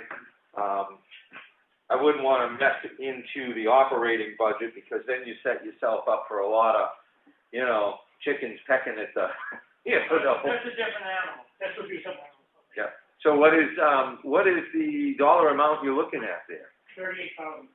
Yeah, that's pretty significant. I put that up for a warrant article. Well, maybe consider out of the unreserved fund balance, or something like that. We don't have. Then we'll have to kick around and get numbers on stuff. We don't have an unreserved fund balance that pays our bills completely, so I wouldn't say that there's money to be taken from where there is no money. I would say that that's a warrant article that increases taxes, and that people should probably do. That's just me in the moment. Chuck and Tom and anybody else can certainly weigh in on that, but there's more discussion. We don't know what the numbers are yet until. Well, that's why it's too early to make any kind of. Too early to make, once we get the state numbers back, that's something I'd be curious to see. I'm looking, because of the USDA stuff, to sit down with Brian and see if we can cover the bulk of our school payments this year and the county payments, and looking at what we had for outstanding delinquent taxes. I'm figuring those taxes with what we have in the account now in auto registration probably means to me that we will likely be in the red when we finish the year without the December payment, which is not horrible because the December payment pays back to June. But you do need money day to day to get from June to December. So we don't have $40,000 laying around and it's like, just grab that. It's not the case, and you know that. So I think this is probably something that the people weigh in on. Again, I think that's where I am on it. Otherwise, we tell Randy that and let him feel like he's under pressure, and he comes up with another one of those, save the town grants that he's known for. The miracle worker here. So big expectations. Yeah. You know, just 'cause you got a mask on, doesn't mean I couldn't see what you just said. Okay, so I'm taking my comment.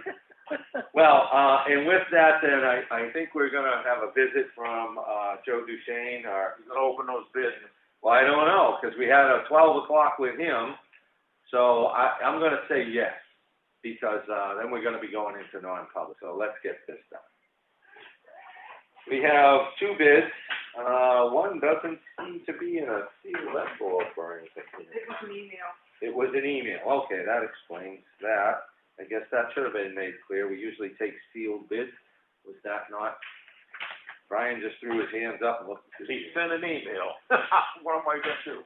Okay, Integrity Earthworks LLC, Wolfboro Falls, New Hampshire. The proposal, Town of Effingham with the plowing, November 1st through May 1st, covering 2020 to 2023. First season, this season would be $250,000 even. Contract price for the second year would be $252,500, so that's $252,500. Third year's pricing is $255,000. There's no other attached information here, so there you go. We could put that as a total, all those numbers up, and that would be $757,500 by my math. What is it? I'm just kind of rattling off the top here. $757,500 for all 3 years. I probably ought to write that down somewhere. Getting a little crowded here. We've got another table, we can make it. Now you sound like it's my house.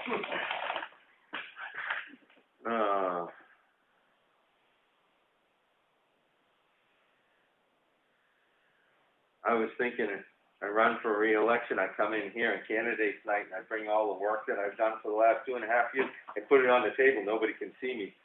Maybe that blocked me out. Won't have to worry about it. All right. Should have stole Brian's letter opener.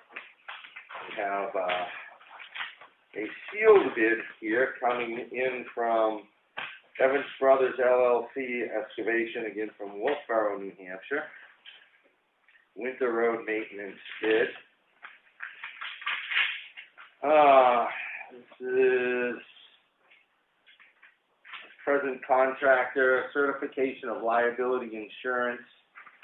Ron's on file with us, obviously. He's provided this every year since he's been in business with us, which goes back. And that's a copy of what we have on file right now, right? Correct. Okay, There good. should be a copy. I'm looking at the dates on this, trying to find them.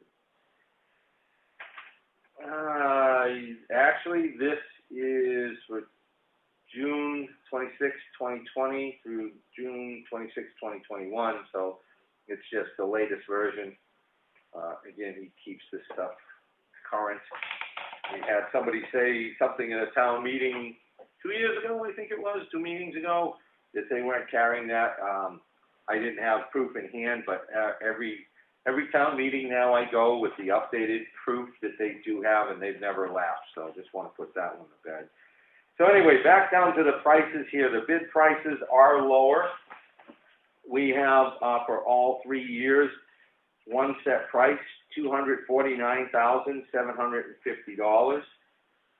So, that is, grab my calculator, my brain is fried, so that's. What is it again? What's that? 247? $249,750. That's just under $750,000 for the. Times 3? Times 3. 749,250. Yeah, just under $250,000. $249,250. All right, so why don't we hold off on making a decision until our next meeting, if that's all right with everyone? It's good.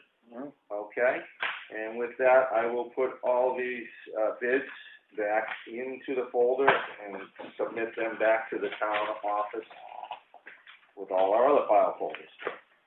All right, unless there's any other business that I didn't cover and we need to, I'm gonna look for a short recess and we'll go into non-public. So, any business, anyone? Make a motion to go non-public, or? I'll make a motion to take, about a 7-minute recess to, a clock on the wall, it'll be 12:25, it's 12:18 now. So I'll make that motion to take a recess, to come back and we'll enter into non-public. Hot second. Hot second? All right. Alan, aye. Thank you. Thanks, Randy. We're back.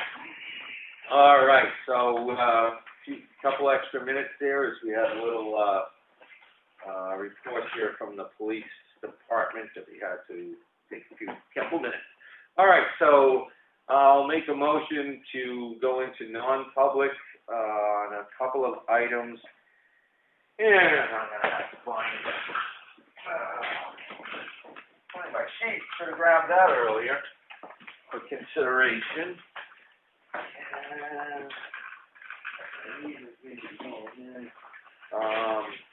Is combinations of reasons here, which is to talk about building security and legal advice to be discussed from the lawyer. So what would that be under?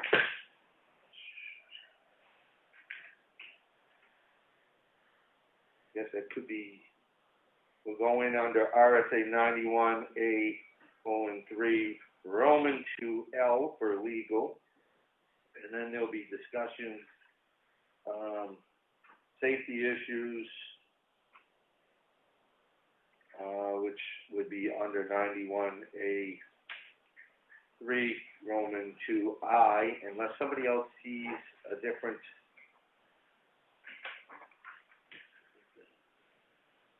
That looks to be appropriate. Brian, would you say that's appropriate? Okay. All right. So that's my motion. Do I have a second? Hold on a second. All in favor? All right. Aye. Alan, aye. All right. We'll lock it down, then we'll come back. You good, Dave?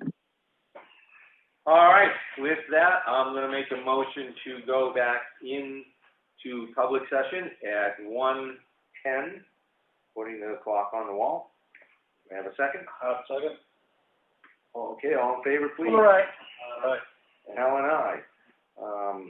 Let's see, motion to leave the public. And on that note, I'm going to make a motion to seal the meeting minutes. Hold on a second. All in favor? All right. Alan, aye. All right. That will conclude the business there today. It was handed a slip from Christine. One of the bidders for the Winter Road contract just contacted us and wanted to know what the results of the contract were. That the decision had been made. I think it was when the bids will be. We're already open. We can say we opened them, but we haven't made a decision. Right. And that's, I guess we'll leave all that for next week, and I'll just call the gentleman back, have Christine call back and just tell him that we'll announce the next week. All right. I think that's everything for today. Motion to adjourn. Second. All right. Alan and I. Anything, Tom? You staying? Oh, no. Thank you.